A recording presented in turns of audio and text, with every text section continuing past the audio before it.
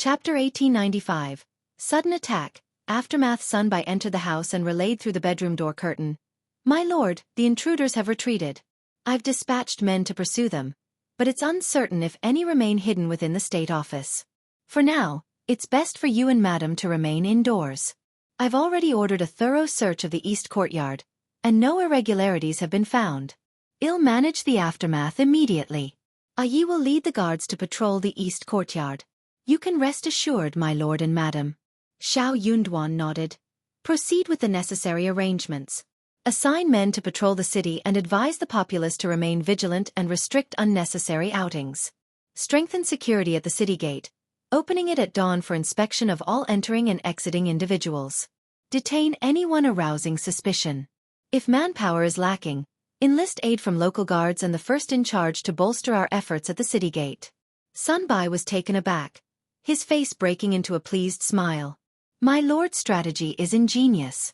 We won't lack for manpower." While entry into the state government office was impossible, stationing reliable individuals to patrol and guard the city gate was entirely feasible. A mere 2 bailiffs could lead the team. Sun Bai hastened to implement the directives, while Xiao Yunduan instructed Li Xia and the others to rest.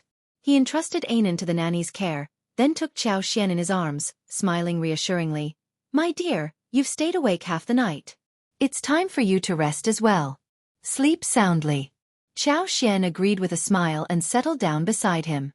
Outside, the bailiff swiftly commenced the cleanup process, diligently addressing the aftermath of the chaos. The aftermath in the east courtyard, where the fire had raged, demanded immediate attention. Despite being extinguished, it left a disarray that required thorough tidying. The aftermath of the intense conflict left behind a scene of devastation. Numerous mountain bandits lay strewn across the ground, their weapons scattered amidst pools of blood, painting a grim tableau of the recent skirmish. Among all areas within the state office, the east courtyard bore the brunt of the damage, though other areas also bore traces of the altercation, albeit to a lesser extent. Curiously, there was no activity observed at the prison. It remained undisturbed throughout the night, devoid of any visitors. A handful of mountain bandits managed to evade capture, their movements reported sporadically by those who returned. Some were apprehended, while others continued to elude capture, their whereabouts unknown. Sun Bai, meticulously orchestrating affairs, relayed updates and issued directives ceaselessly throughout the night, ensuring the state office remained vigilant and active. Unbeknownst to all, once Sun Bai had effectively stabilized the situation, he and Yi remained behind to oversee operations. Meanwhile, Sun Qian, Zhang Sang, Wu Guan, Hang Xingshan, Yang Mu, Wei San, Wei Wu, and their cohorts, accompanied by a contingent of subordinates and bailiffs totaling approximately 120 individuals, quietly departed the city under the cover of night. After traveling more than 20 miles from the city, the group disembarked from their carriages one by one. They dispersed into the surrounding mountain ranges, advancing stealthily toward the Tiger Head tribe from 3 different directions. Little did anyone in the 3 villages suspect that Xiao Yunduan would dare to launch an attack on their villages before fully quelling the situation at the state office. Their lack of preparedness would undoubtedly exact a devastating toll as dawn approached. News of the previous night's events spread rapidly throughout the city. Rumors circulated that mountain bandits had infiltrated, only to suffer a resounding defeat during their assault on the state government office. More than 10 assailants had managed to escape, but 11 had already been apprehended. Authorities continued their efforts to capture the remaining 4 or 5 fugitives. Given the ruthless and cunning nature of the mountain bandits, the populace was urged to prioritize self-protection. They were advised against unnecessary outings, especially alone or in sparsely populated areas. Suspected individuals were to be discreetly reported to the patrol team, with a promise of a reward of 10 taels of silver for each successful tip-off. Upon hearing this incentive, the common folk felt emboldened and motivated to aid in the apprehension efforts. Chapter 1896. Can't leave the city. The common folk harbored a natural fear of mountain bandits, but seeing their weakness firsthand, they appeared more akin to street rats, cowering from the authorities. With the allure of 10 taels of silver and the visible presence of patrols led by bailiffs, the once feared bandit seemed less intimidating to the populace. The tantalizing promise of 10 taels of silver proved irresistible. In less than half a day, 3 more mountain bandits fell into the clutches of officials and vigilant commoners, who left no stone unturned in their pursuit. Remarkably, 2 of the captives were apprehended thanks to tips from the common folk. News of these apprehensions swiftly spread throughout the city, further emboldening and energizing its inhabitants. The mountain bandits, once perceived as formidable adversaries, now seemed decidedly less fearsome. Mere mortals subject to capture like any other criminals. Eager citizens scanned the streets vigilantly, some even forming groups to patrol and explore remote alleys in hopes of earning the coveted 10 taels of silver. The unexpected turn of events left Xiao Yunduan and his cohorts in a state of disbelief, unsure whether to laugh or cry at the unforeseen outcome. Meanwhile, in Fan Ruyan's bedroom, the leader of the Tiger Head tribe, second-in-charge Min, and 2 other key figures of the mountain stronghold remained concealed, their presence unbeknownst to anyone in the office. In a corner of the room, Fan Ruyan trembled, her form huddled and bruised. The 4 individuals present bore visible signs of injury. The leader of the Tiger Head tribe sported a lengthy scar across his face, while another suffered from a sizable arm wound, hastily bandaged and stained with blood. The remaining 2, though their injuries remained obscured beneath their bloodied attire, emitted an aura of pain and distress. The room reeked of blood mingled with the scent of incense wafting from the burner on the table, contributing to an atmosphere fraught with dread. Fan Ruyan's trembling wasn't merely from fear. She had endured 2 slaps to her face and 2 to her body, yet she dared not cry out in pain or leave her corner. She understood she was a target for their wrath, a punching bag for their frustrations. Her realization of the dire consequences of her actions filled her with profound regret. She had naively courted danger, now trapped in a situation from which escape seemed impossible. 2 days had elapsed, yet the city remained under stringent scrutiny. Venturing beyond the confines of Fan Manor seemed an insurmountable risk, a luxury denied amidst the ongoing search. Under Xiao Yunduan's rigorous surveillance, leaving the confines of Fan Manor would inevitably lead to discovery. Despite their confidence in Fan Ruyan's loyalty, the sense of entrapment gnawed at their nerves. Unaware of the Tiger Head tribe's demise, they remained oblivious to their own imminent downfall. Hang Xingshan's chance discovery of a remote path leading to the rear of the Tiger Head tribe provided a glimmer of hope. Though treacherous and perilous, the path offered a potential means of escape. Gathering their courage, the group of over 30 individuals embarked on a precarious journey, scaling the back mountains of the Tiger Head tribe under the cover of twilight. Their intrusion did not go unnoticed. Sentry posts at the rear of the mountain detected their presence, but before any alarm could be raised, they met a swift demise at the hands of Hang Xingshan and his cohorts. Under the cover of darkness, Hang Xingshan and his companions infiltrated the Tiger Head tribe from the rear of the mountain, silently setting up an ambush. In the dead of night, they stealthily advanced, swiftly dispatching any adversaries in their path while igniting fires to sow chaos within the tribe. Seizing the opportunity amidst the turmoil, another member of the group donned the attire of the fallen bandits, seamlessly blending in with the ranks of the intermediate bandits. Their guise allowed them to approach the front gate unhindered, facilitating its opening. Observing the sudden eruption of flames from their vantage point several miles away, Sun Qian and his cohorts sprang into action. Overcoming any opposition encountered along the way, they surged towards the Tiger Head tribe, joining forces with Hang Xingshan and his team to eliminate the bandits. Chapter 1897. Attack. The once formidable Tiger Head tribe had been significantly weakened, with its 3 leaders and 2 minor chiefs conspicuously absent. The losses sustained in the preceding skirmishes had already depleted 60 to 70% of their core forces. Faced with the sudden onslaught from government forces, they found themselves disoriented and unable to mount a cohesive defense. Amidst the chaos, a mass exodus ensued as survival became the paramount concern.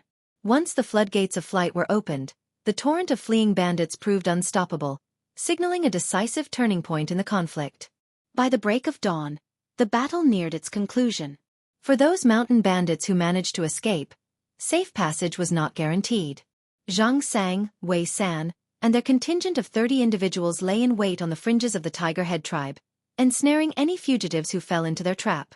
Though they labored diligently, Zhang Sang and Wei San lamented their insufficient numbers, rueing their inability to apprehend every fleeing bandit.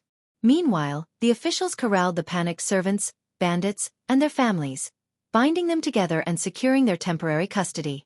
With the mountain stronghold thoroughly searched, all structures were razed to the ground, and essential supplies commandeered. The captive individuals were then escorted down the mountain and delivered to Lord Xiao in the city for interrogation and subsequent judgment. The annihilation of the Tiger Head tribe posed a formidable challenge, given its long-standing existence and entrenched operations.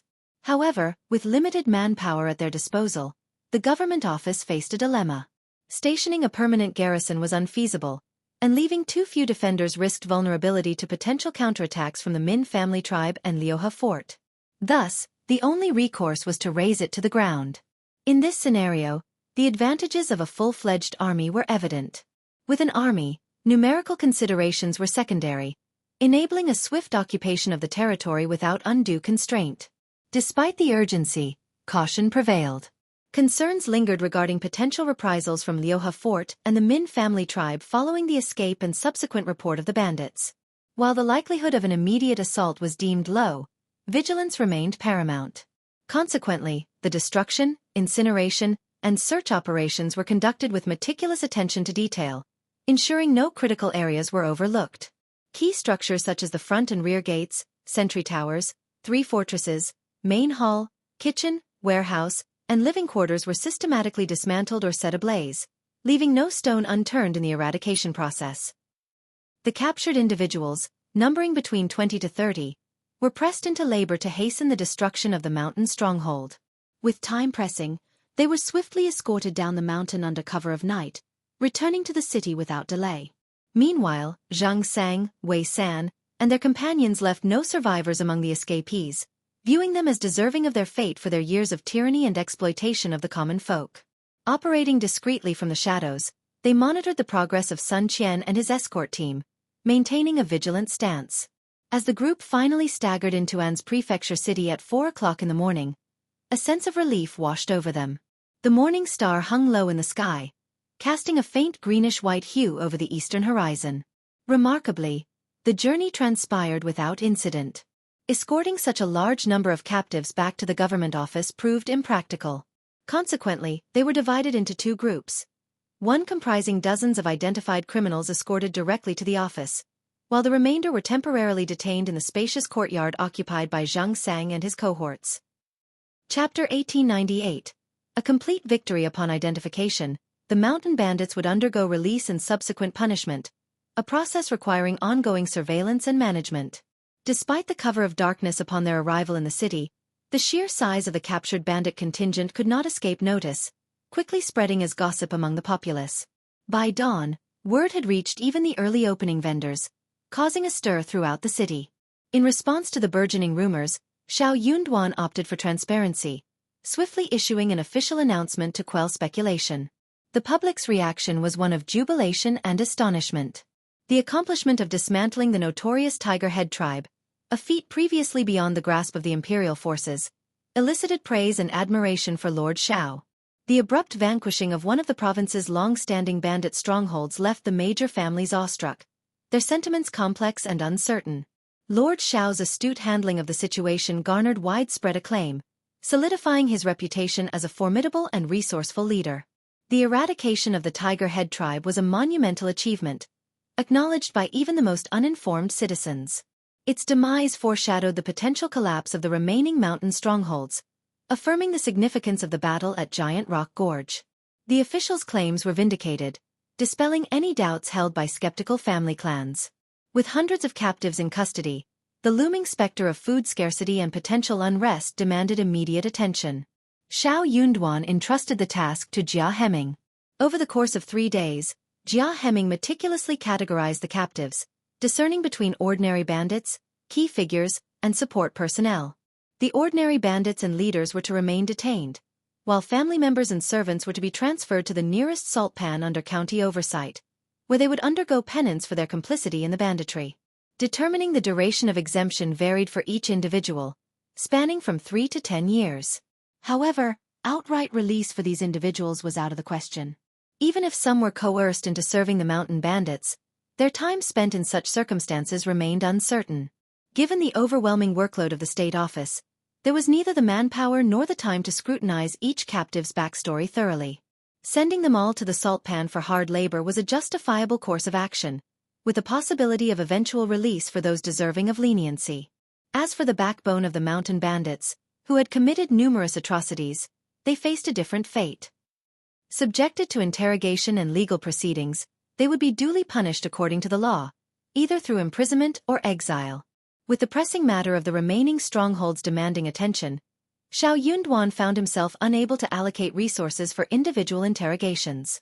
Instead, he resorted to locking up all captives, leaving two challenges still looming. As the government office grappled with the aftermath of the Tiger Head tribe's demise, Hang Xingshan, Wei San, and their cohorts remained tasked with covertly monitoring the Min family tribe and Liuhe fort. Meanwhile, strict patrols and vigilant guards maintained security in An's continent's intermediate city. Stringent measures at the city gate prevented the second in charge of the Min family tribe and others from departing. Fearful of the consequences, Fan Ruyan refrained from disclosing the breach of Tiger Head tribe to its leaders. Uncertain of Xiao Yunduan's fate should they discover the distressing news, she braced herself for potential retaliation, growing increasingly apprehensive with each passing day. Chapter 1899. Be more specific. They were driving her to the brink of madness. Desperate to depart the city, she wished for nothing more than their swift exit, but her options were limited. The security at the city gate remained unbending. Even the carriages of the esteemed three families faced stringent scrutiny. There was no exception. Despite her overwhelming anxiety, she felt powerless in the midst of Fan Ruyan's frantic distress. Her worst fears materialized. Perhaps they had overheard the servants' discussions. Confronted with intense interrogation, Fan Ruyan dared not conceal the truth. She stuttered and quivered as she divulged everything with her confession. The second-in-command and the others were left dumbfounded. The leader of the Tiger Head tribe delivered a harsh kick and snarled, "Ridiculous! Absurd! Foolish woman, how dare you speak ill of our Tiger Head tribe? Do you wish to provoke your demise? Do you believe I won't snap your neck?" Fan Ruyan let out a piercing scream as she collapsed to the ground. A sheen of icy sweat coated her brow, and a sharp pang shot through her ribs. Without glancing, she sensed the ominous bruise forming. The leader of the Tiger Head tribe moved to advance and deliver a blow, but the second-in-command intervened, halting him. Turning towards Fan Ruyan, the second-in-command demanded, "Continue. Tell me everything. This foolish woman is surely fabricating tales. What could she possibly know? That wretched official must have concocted falsehoods to lure us out. Yes, that must be it. Our Tiger Head tribe's territory is perilous, easily defensible, impervious to attack by feeble government forces. It's inconceivable." Fan Ruyan quivered, stuttering, I am as clueless I've divulged all I know it's merely hearsay from beyond our realm under the relentless interrogation of the second-in-command. She faltered, adding more details with a tremulous voice. Yet, they all bore semblance to falsehoods. As for how the government managed to attack the Tiger Head tribe, not even Fan Ruyan, let alone the ordinary scribes in the government, would have any knowledge of such operations. It was undoubtedly a closely guarded secret. At this juncture, the second-in-command and the others grew even more agitated. They yearned to depart the city post-haste and return to the safety of their stockade. Only upon returning to the Min family tribe and Liuhe fort could they hope to unravel the intricacies of the situation. "Listen to me. By tomorrow at the latest, I must be out of this city, by any means necessary. Otherwise, I'll unleash chaos. Do you believe I won't be the first to draw blood?" The leader of the Tiger Head tribe seethed with frustration, his desire to exact vengeance palpable. Fan Ruyan's face drained of color in terror, her body trembling like an autumn leaf caught in a storm. The second-in-command addressed her sternly. "Did you hear that? Waste no time in devising a plan to facilitate our departure. Consider the consequences for your Fan family before entertaining any foolish notions." Humph. Fan Ruyan staggered, nearly collapsing to the ground. She managed to make her way out of the room and into the courtyard, where she found herself overwhelmed by dizziness and blurred vision. Darkness crept into her sight, threatening to engulf her. In a haze, she stumbled into Old Lady Fan's courtyard, her vacant expression unsettling the maidservants. Once upon a time, any display of fear or disarray from the maidservants would have earned them a swift and severe reprimand from Fan Ruyan. Yet today, she merely ignored them, her mind lost in a fog. Old Lady Fan reclined on a plush couch, her eyes half-lidded with rest. She beckoned a servant girl to kneel before her, gently massaging her tired legs. Upon hearing Fan Ruyan's hollow voice, Old Lady Fan instinctively looked up, her surprise mirrored in her expression. Hastily, she dismissed the girl and sat up straight. "What's the matter? Why do you appear so distressed?" Chapter 1900. Caught in hobble, old lady Fan's eyebrows shot up, a wave of anger rippling across her features. Did your brother and sister-in-law do something? She demanded. No, no. Fan Ruyan shook her head, gesturing for the maids to leave. She then threw herself into her mother's arms, tears streaming down her face. Mother, please save me. Please. Old lady Fan was taken aback by her daughter's distress. How could you be so careless? Leaving evidence behind so easily. This won't end well, not at all. She harbored no qualms about Fan Ruyan's attempt to eliminate Xiao Yunduan and Xiao Xian. They had crossed a line and deserved their fate. But Fan Ruyan's lack of caution had put them all in jeopardy. At her mother's reprimand, Fan Ruyan felt a measure of relief, though her guilt lingered. But mother, what do we do now? Those 4 people are still in our house. You. Old lady Fan's gaze bore into her. What to do now? It was a dilemma indeed. With the city under martial law, extracting them wouldn't be simple. It might be feasible for one person, but with 4 involved, it posed a significant challenge. That won't do at all. It was simply impossible to keep this matter hidden from everyone. At the very least, they would need assistance from the Guan family, their trusted maidservants, and other servants. But with their involvement, the secret could easily slip out, spelling disaster for the Fan family.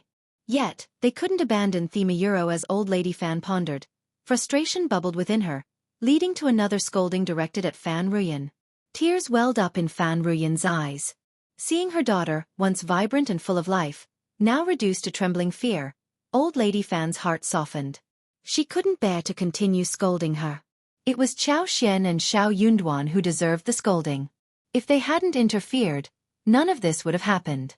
Hadn't En's prefecture city been peaceful all these years? Why did they have to meddle? Summoning her 2 sons, old lady Fan grilled them for answers. Had the government truly obliterated the Tiger Head tribe, or was it exaggerated?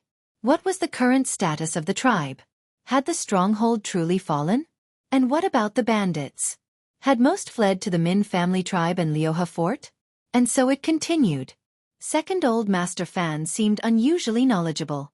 Old lady Fan pressed for answers, growing impatient with his evasiveness. I'm neither a mountain bandit from Tiger Head tribe nor a constable from the government. How would I know? Angrily, old lady Fan retorted. If you know nothing, then what good are you?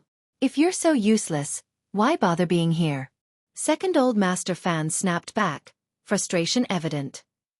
If you're so bored, why not hire storytellers? Why bother with this? It's unrelated to us. Why would I bother knowing? It's nothing but bad luck. What nonsense. Keep quiet.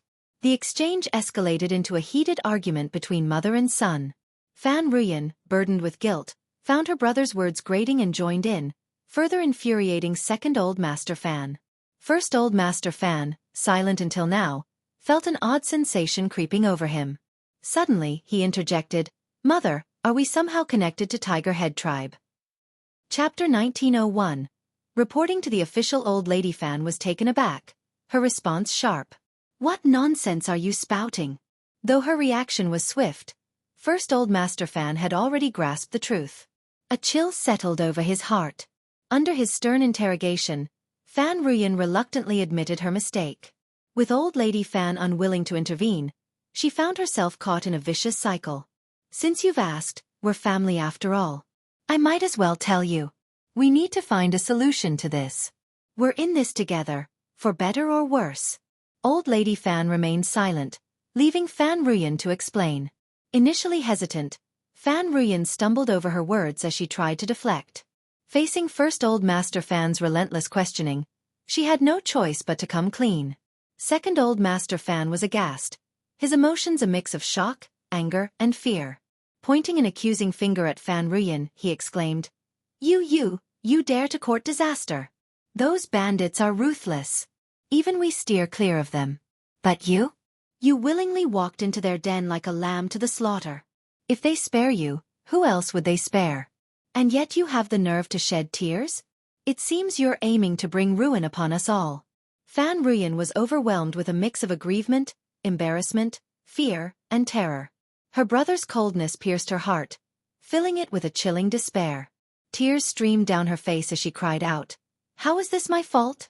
I'm acting in the best interests of the Fan family, trying to alleviate our worries.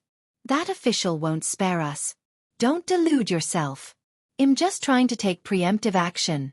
Don't be so full of yourself, second old Master Fan snapped, his anger flaring. You refuse to acknowledge your mistakes, yet somehow turn them into heroic deeds? It's absurd. And it's all because Mother indulges you. Old Lady Fan interjected sharply. Second son, have you lost your mind? Criticizing your own mother? I think Ener has a point. If you weren't so useless, why would you rely on her? That Xiao has been targeting our family. If we don't act, hell never let us be. How did you a euro? Enough, both of you. Why are you arguing at a time like this? First old Master Fan's head throbbed with frustration. He admonished them sternly. This is not the time for squabbling. We can't afford any more mistakes. What are you suggesting? Old Lady Fan and Fan Ruyan spoke simultaneously. First old Master Fan glanced between his mother and sister before speaking with resolve. We need to confess to the authorities. Second brother and I will personally apologize to Lord Xiao. What? No, absolutely not. No, that's not an option. Let's split up. We need to do it now. First old Master Fan's tone brooked no argument. I won't accept anything in between. My wife and children will leave with me immediately. Old Lady Fan shook with fury. You a euro, you unfilial child. First old Master Fan remained composed. Mother, you're leading the family to ruin. If I leave, at least there will still be descendants of the Fan family. What's wrong with that? You're old, and if you're sentenced, they'll likely be lenient. They'll be there to take care of you when that time comes. Silence. Old Lady Fan was on the brink of losing her mind. She seized the teacup and struck her eldest son with it. You traitor! How dare you! The Tiger Head tribe has been wiped out. The Min family tribe and Liuhe Fort won't fare any better. Lord Xiao means business. Do you truly believe hell spare the Fan family once this comes to light? And who's to say the officials are telling the truth? It's possible the Tiger Head tribe still stands. Perhaps they've all sought refuge with the Min family tribe and Liuhe Fort? Chapter 1902. Distributing money to eliminate disasters. That Xiao may have caught the Tiger Head tribe off guard, but using the same tactic on the Min family tribe and Liuhe Fort? Highly improbable. What are the odds? And when he's gone, who will be privy to our family's deeds? Second old Master Fan had a revelation. I see now why you've been so curious about Thema Euro. First old Master Fan shook his head with a bitter smile. Ever since Lord Xiao assumed office, his actions have been nothing short of decisive. Moreover, there were reports of hundreds of bandits and their families being escorted out of An's province. Witnesses abound. How could it be fabricated? I've also heard of officials lurking near the Min family tribe and Liuhe Fort. Those mountain bandits hardly dare to venture down. Lord Xiao's might is beyond measure. Even if he ultimately fails, the Min family tribe and Liuhe Fort won't emerge unscathed. At the very least, they'll suffer internal strife. And wouldn't the imperial court send troops to quell them then? Even if the court doesn't intervene, the Min family tribe and Liuhe Fort aren't exactly paragons of virtue. If we're deeply entangled, will they allow us to sever ties easily? Will we have to live under their threat indefinitely? Can Mother guarantee that the imperial court won't crush the bandits or that our secret won't come to light? Once exposed, our family will face plunder and exile. It's like a sword dangling over our heads. There were boundaries that shouldn't be crossed. In the past, even when the Fan clan negotiated with the mountain bandits, they knew when to stop. Both sides maintained a careful distance, ensuring no incriminating evidence exchanged hands. But Fan Ruyan's actions were foolish. Shed welcomed danger with open arms, inviting disaster. What made matters worse was her refusal to admit fault. She genuinely believed she was acting in the family's best interests. Her stubbornness grated on First Old Master Fan. He contemplated splitting up, even if it meant enduring hardship. Old Lady Fan was at a loss for words. Fan Ruyan, trembling, glanced at her mother and brothers, feeling a sense of unease. Finally, after a prolonged silence, Old Lady Fan spoke in a hushed tone. If we report this to the authorities, will they not pursue the matter? Mom. Quiet. First Old Master Fan snapped at Fan Ruyan, resisting the urge to scoff at his mother's optimism. How could the government not pursue this? Do you realize the gravity of our situation? But if we confess, even if they do, it's just €1, it's just forfeiting some assets and enduring a few punishments. It's far better than risking the annihilation of our entire family. Fan Ruyin interjected anxiously. That's not acceptable. Can the Fan family still uphold its status as one of the 3 major families in An's province? Lord Xiao will demand a hefty price. First Old Master Fan shot her a cold glare. Being associated with banditry is a capital offense, punishable by confiscation, exile, or even execution. Do you still care about our family's reputation? What use are titles and possessions if you're dead? You won't even be able to hold on to those when the time comes. Fan Ruyin's complexion fluctuated between red and white, her heart throbbing painfully. She couldn't bear to continue, unable to meet First Old Master Fan's gaze. Second Old Master Fan winced, his teeth clenched in agony. I sighed with my elder brother Euro. What choice do I have? After a prolonged silence, Old Lady Fan sighed heavily. Forget it. I won't intervene. Do as you see fit. But I have one condition. Your sister has been coddled since childhood. I won't allow her to suffer. Chapter 1903. Apology. Tears streamed down Fan Ruyin's cheeks. Mothra Euro, the second Old Master Fan, cast a brief glance at Fan Ruyin, but remained silent. Despite his dissatisfaction, he couldn't bring himself to defy his mother, nor did he entertain the thought of sacrificing his sister. The first Old Master Fan sighed heavily and nodded. Sister, let it be. Do not involve yourself any further in this matter. In essence, the burden of this issue would fall upon the first Old Master Fan. Fan Ruyin, finally feeling a pang of guilt, murmured softly. Thank you, Elder brother Euro. Though the situation seemed resolved, Fan Ruyin still felt a lingering unease. With trepidation gripping her, she found herself unwilling to return to face the second-in-command and the others, and so she declared her intention to stay with her mother. Old Lady Fan consented. The first Old Master Fan pondered their predicament. He promptly instructed Fan Ruyin to return and pacify the others with some strategic information. Those individuals were inherently cunning and would undoubtedly be on high alert. If Fan Ruyin failed to return, their suspicions would be aroused, possibly leading to rash actions. Despite the presence of guards at home, they were no match for such cunning adversaries. The consequences of injury or death would be dire, and if the culprits escaped, the Fan family would be left to bear the weight of their transgressions. Fan Ruyin hesitated at the thought of returning. Once, facing the situation head-on seemed manageable, but now, having vocalized her fear, she found herself devoid of courage. She simply couldn't muster the strength to face it again. Fear gripped her tightly. The first Old Master Fan's frustration nearly reached its boiling point. The second Old Master Fan's anger was palpable. Why did fear suddenly strike you now? Were you not afraid when you first stumbled upon them? You showed no fear after sheltering them in our residence for days. Yet now you claim to be afraid.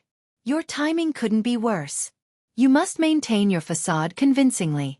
Failure to do so could spell disaster for our family. Reluctantly, Fan Ruyin beseeched the first Old Master Fan to hasten to the government for assistance. Despite her plea, she eventually found herself returning to the courtyard. Realizing the gravity of the situation, the first Old Master Fan wasted no time.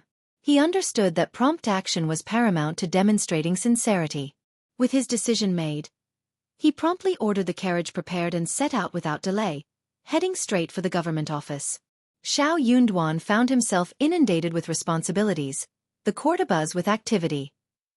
Unable to meet with the first Old Master Fan immediately, Xiao Yunduan received word, albeit at a considerable expense, that urgent matters required his attention. Xiao Yunduan didn't meet him until he received notification. Upon their encounter, the first Old Master Fan immediately dropped to his knees before Xiao Yunduan, performing 3 deep kowtows. As he lifted his head, a trickle of blood adorned his forehead, yet he seemed unaffected by the pain. With a solemn expression, he implored, Lord Xiao, I beg for your mercy. Euro. Tears streamed down the first Old Master Fan's face as he confessed, shouldering full responsibility for the ordeal. He admitted to succumbing to greed and foolishly harboring the mountain bandits in his home after being coerced by them. The weight of his actions grew heavier with each passing day, especially after the complete obliteration of the Tigerhead tribe, a testament to Lord Xiao's formidable power. It was then that he realized the magnitude of his error. In a bid to rectify his wrongdoing and prevent further harm, he mustered the courage to surrender himself. He pleaded earnestly for Lord Xiao's forgiveness, hoping for clemency for the Fan family. Xiao Yunduan had harbored suspicions regarding the Fan family, fueled by Qiao Xian's revelations. However, lacking concrete evidence, he couldn't justify ordering a search. Instead, they could only wait for the Fan family's exposure, anticipating the opportune moment to apprehend them. Unexpectedly, the first Old Master Fan had taken the initiative to confess. Despite this, Xiao Yunduan remained skeptical of the veracity of the first Old Master Fan's claims. Chapter 1904. Punishment. In Xiao Yunduan's estimation, the notion of the first Old Master Fan committing such a foolish act seemed improbable, regardless of his perceived foolishness. Conversely, the second Old Master Fan appeared lacking in the courage required for such a scheme. In contrast, the woman seeking a husband appeared impulsive and arrogant, heedless of the consequences of her actions. However, given the first Old Master Fan's confession, Xiao Yunduan saw no need to expose him. Ultimately, the outcome remained unchanged, and it mattered little to him. It was advantageous that the first Old Master Fan willingly assumed responsibility. As the head of the family, his culpability would only exacerbate matters. The imperative task of apprehending the mountain bandits demanded immediate attention. Xiao Yunduan swiftly arranged for personnel to capture them from the Fan family. Turning his attention back to the first Old Master Fan, Xiao Yunduan spoke gravely. Banditry is a grave offense, punishable by confiscation, exile, or execution. Even if you acknowledge your wrongdoing, death cannot be evaded. Do you confess? I confess. I plead guilty. I beseech your mercy, Lord. The first Old Master Fan's voice quivered as he bowed once more, demonstrating respect, genuine contrition, and unwavering cooperation.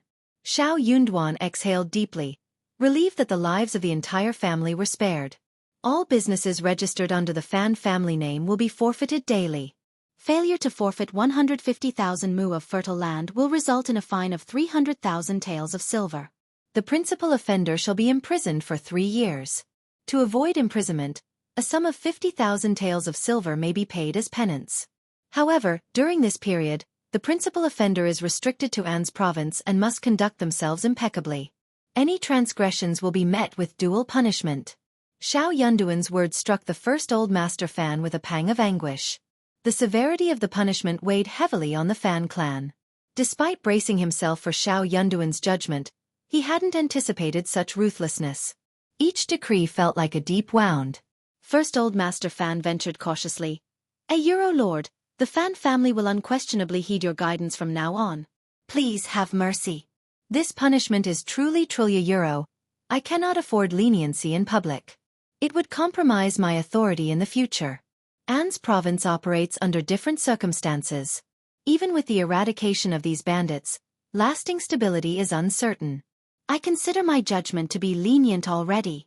Cold sweat trickled down the first Old Master Fan's back.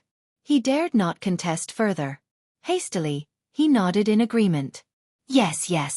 Your wisdom is undeniable, Lord.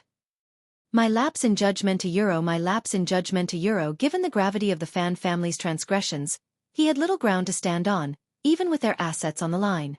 Xiao Yunduan's expression twisted into a sneer. As long as you understand. He cast another meaningful glance at the first Old Master Fan, adding pointedly, remember to maintain discipline within your family. Any further indiscretion will be met with impartial punishment. He wasn't oblivious to the likelihood that the first Old Master Fan might not be the primary culprit. However, he tacitly acknowledged this while ensuring the first Old Master Fan understood that he was aware of the situation. As expected, the first Old Master Fan visibly startled, his heart skipping a beat. He nodded fervently, unable to suppress the urge to wipe the cold sweat from his forehead. Xiao Yunduan summoned Xianxia and instructed him to draft the case for the first Old Master Fan's signature. He then tasked him with leading a contingent of men to the Fan family's residence to announce the punishment and oversee the confiscation of assets.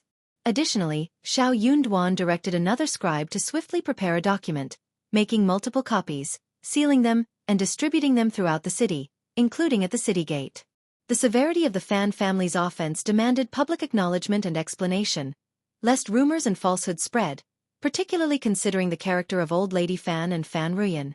Xiao Yunduan understood the importance of clarity in such matters and resolved to draft another document to report the incident to the magistrate, ensuring transparency and accountability. Chapter 1905. Shaken the city. It was inconceivable for An's province to forego such a substantial windfall from the Fan family, despite the financial strain experienced by the provincial government. Upon receiving the confiscated funds and goods, meticulous counting was imperative, with a portion destined for remittance to the magistrate's office. The repercussions of this affair rippled through various Xianxia. The Fan family was plunged into despair. Old Lady Fan, upon learning of the severe punishment meted out to her family, succumbed to the shock, fainting on the spot. Panic once again gripped the Fan clan. In the midst of the chaos, Fan Ruyan's gaze bore into Jia Heming. Just as she prepared to speak out, her brother, the first Old Master Fan, who had been watching her intently, swiftly grasped her sleeve, his voice a low, urgent whisper. "What are you thinking? What do you intend to say? Consider who is truly responsible for all of this before you utter a word. Let me make it clear. Dealing with bandits warrants severe measures. The Fan family is compensating to quell the calamity. Cease this. Do not stir up further trouble. The Fan family cannot endure any more." Overwhelmed with shame, anger, and regret, Fan Ruyan covered her face, her words caught in her throat. With a choked sob, she turned on her heel and fled. Watching her retreat, the first Old Master Fan breathed a silent sigh of relief. Sealing the shops and acquiring land deeds were straightforward tasks. Yet, even for a wealthy household like the Fan family, producing 300,000 taels of silver at once proved daunting. They could only withdraw 100,000 taels from their public accounts. Any more would deplete their reserves entirely. Jia Heming proposed pawning antiques and jewelry as a means to alleviate the Fan family's financial woes. However, given the punitive nature of their situation, engaging in business transactions seemed impractical. With an abundance of antiques and treasures at their disposal, securing loans or extending credit through promissory notes appeared dubious. The first Old Master Fan found himself unable to negotiate and reluctantly acquiesced to Jia Heming's suggestion. Jia Heming dispatched a bailiff to the premier pawn shop in An's prefecture city, enlisting the aid of its proprietors to assess the valuables. Each item was meticulously catalogued, appraised, and packaged into boxes before being handed over to Xiao Yunduan. Meanwhile, the leader of the Tiger Head tribe, second-in-charge Min, and the two escaped mountain bandits found themselves incarcerated in the government prison. Despite initial resistance, the leader of the Tiger Head tribe's tirades were swiftly quelled with the insertion of a cloth gag. News of the Fan family's transgressions, their repentance, and subsequent punishment reverberated throughout the city, posted on every available surface. The revelation sent shockwaves through the populace, marking the most significant event of the year. The punishment meted out to the Fan family elicited both curses and applause from the common folk. Among the various family clans, it was widely understood that the power dynamics within An's prefecture city were poised for a significant shift. With the Fan family formally ousted from one of the esteemed triumvirates, speculation ran rampant about the fate of their extensive business holdings, likely to be auctioned off by the government. Everyone eyed each other warily, eager to stake their claim in the spoils. However, it was clear that the final say rested with Lord Xiao and Madame Xiao. Given their considerable wealth and penchant for acquiring land, particularly the dry land in the mountains, it was expected they would show interest in prime farmland and shops. Thus, the others could only bide their time, waiting for the couple to make their selections before seizing their opportunities. Many harbored feelings of despondency and remorse, lamenting their missed chances. With ample resources at their disposal, acquiring additional shops and fertile land could have propelled them to greater heights. Some even harbored aspirations of usurping the Fan family's former status within a few short years. A few astute individuals, unwilling to leave their fate to chance, resorted to lavish gifts and flattery, seeking favor with Qiao Xian, hoping to curry favor and secure their positions in the shifting landscape. Chapter 1906. Split together. Qiao Xian had always been averse to accepting benefits without reciprocation, and she saw no reason to make exceptions now, especially outside of the New Year season. Despite her warm reception of visitors, she made it clear that any gifts should be returned upon departure. Moreover, she subtly hinted that if anyone had concerns or needs, they should speak openly, as she was adept at finding solutions. In An's province, the enforcement of ancient laws was more flexible, often allowing transgressions to be absolved with monetary compensation. Given the complex circumstances, It was impractical to severely punish every family with ties to the mountain bandits, as it would only sow chaos. Though some visitors hesitated to believe Xianxia's implicit offer, they recognized her reputation for integrity and knew better than to attempt to sway her with bribes. Certain women perceived the prefect's wife as forthright and trustworthy, thus they confided in her about their desires. Their requests were modest. They simply sought priority access to the meat soup. Xianxia finally grasped the underlying motivation behind the visitors' enthusiasm, unsure whether to laugh or sigh. Despite the Fan family's forfeiture of their farms and properties, Xianxia had no intention of laying claim to them.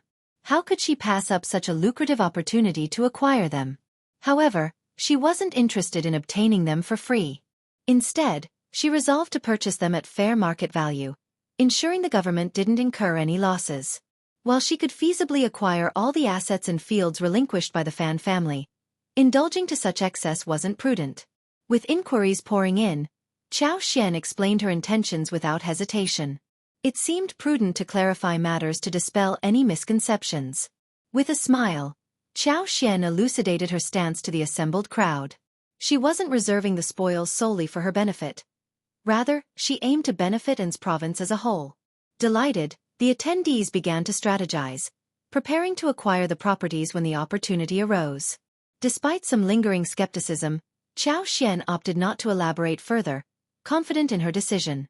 Some individuals, perhaps overestimating their rapport with Xianxia, attempted to broach the subject of potential purchases, hoping to secure deals in advance. Xianxia remained unmoved by their overtures.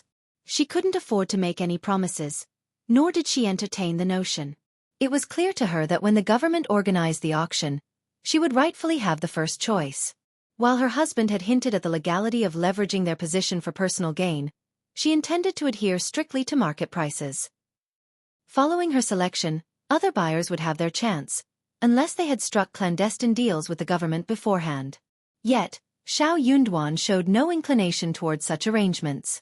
The Fan clan had paid dearly for their misdeeds. Nonetheless, Jia Hemming, the scribes, the officers, and the city's populace viewed Lord Xiao with reverence, considering him a benevolent figure, particularly in his treatment of the Fan family.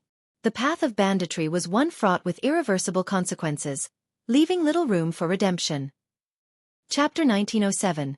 The Fan family has completely declined. Even if they sought redemption by forsaking their illicit activities and embracing a lawful path, the toll they would pay was bound to be steep. Simply relinquishing more than half of their assets wouldn't absolve them of their crimes. Confiscating all of their assets would be considered a lenient punishment. In graver cases, exile was the consequence, with their descendants barred from participating in civil service examinations for 5 generations, effectively precluding their eligibility for official positions in the dynasty.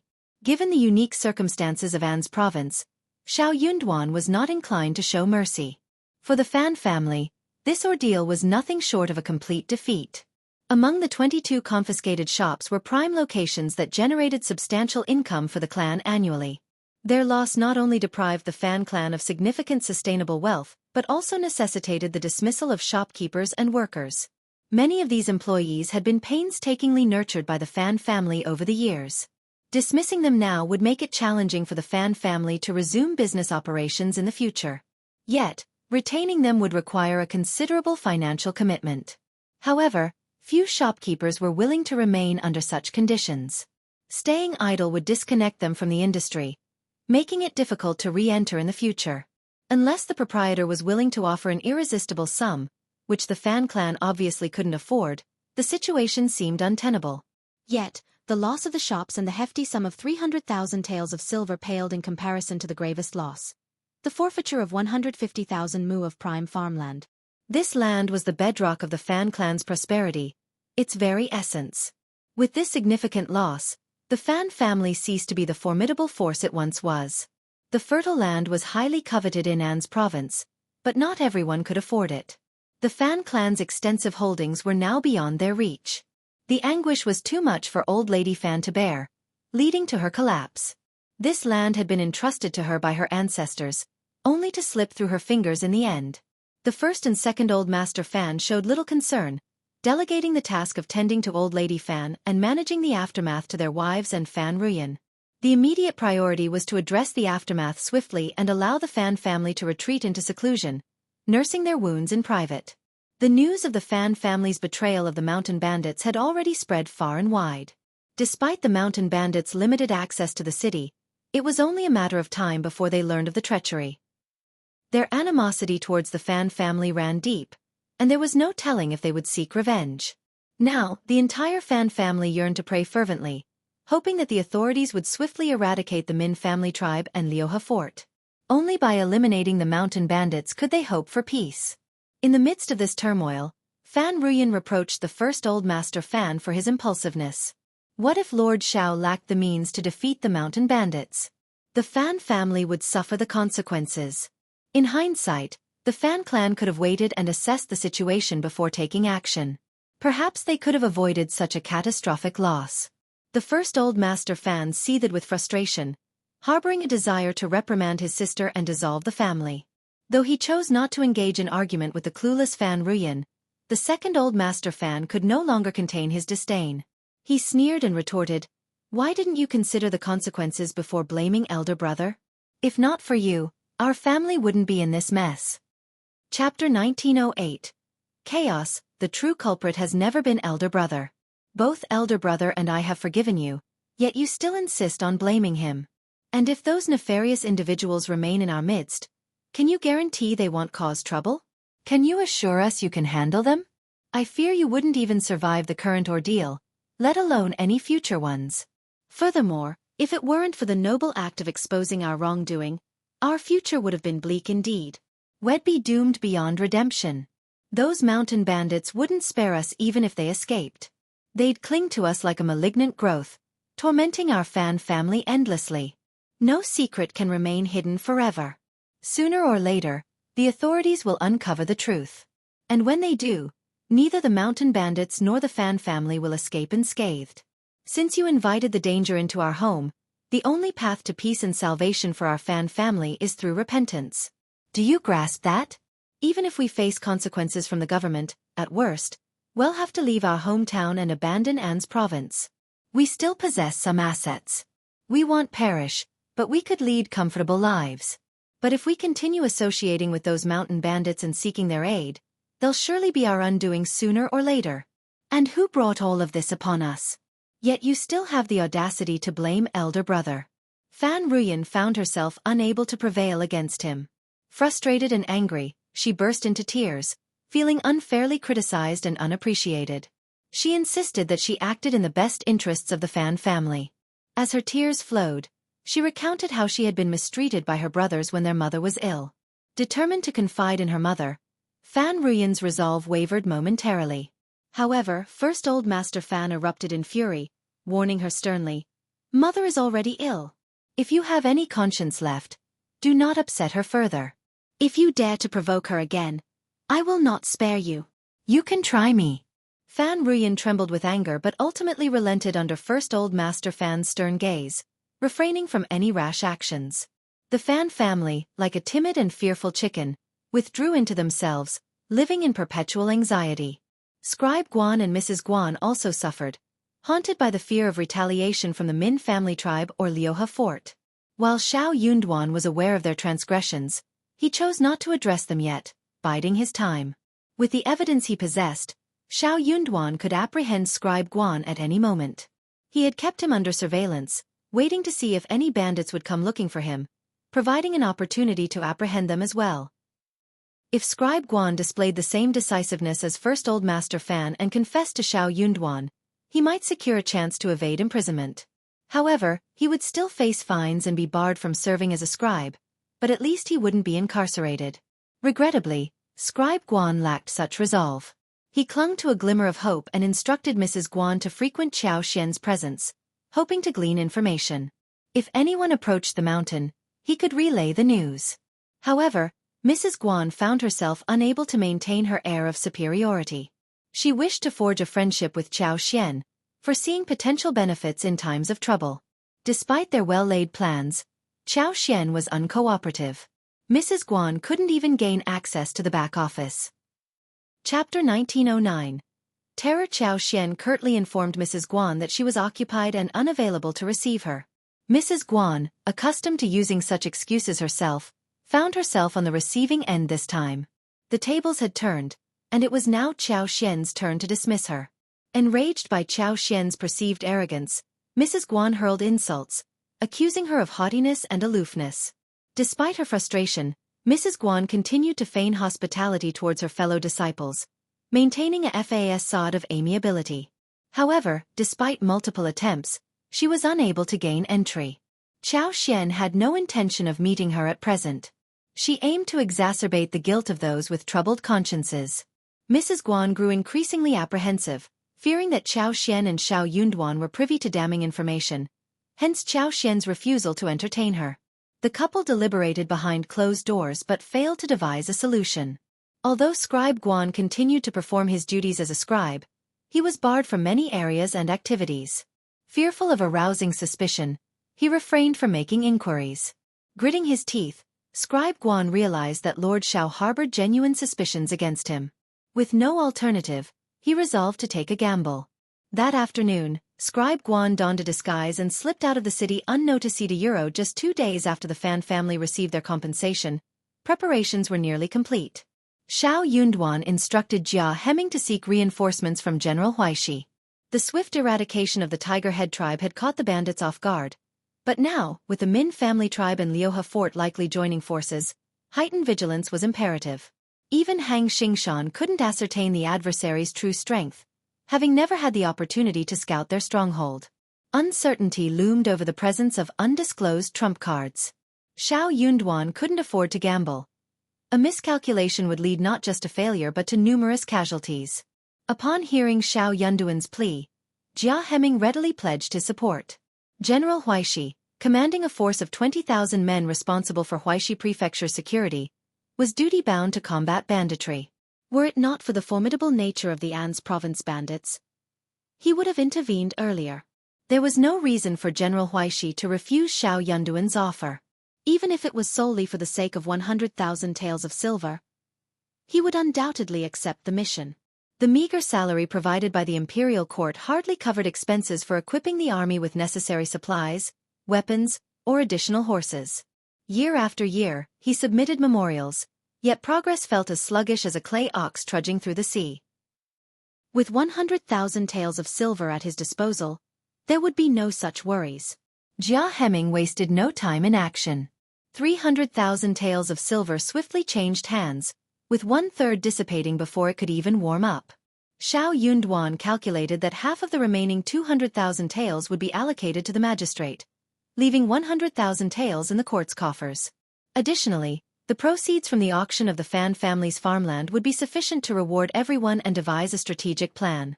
Oh, and there was also the matter of the Yamen owing his wife hundreds of thousands in silver. Repayment would have to be made gradually. The Min family tribe and Liuhe fort swiftly mobilized. They had little choice but to act swiftly, for caution mattered little now. With Xiao Yunduan having obliterated the Tiger Head tribe, they knew he wouldn't let them off the hook. Chapter 1910. Foreign aid. After dealing with the aftermath of destroying the Tiger Head tribe, it was inevitable that Xiao Yunduan would set his sights on them next. This had escalated into a fight to the death. There could be no resolution until one side emerged victorious.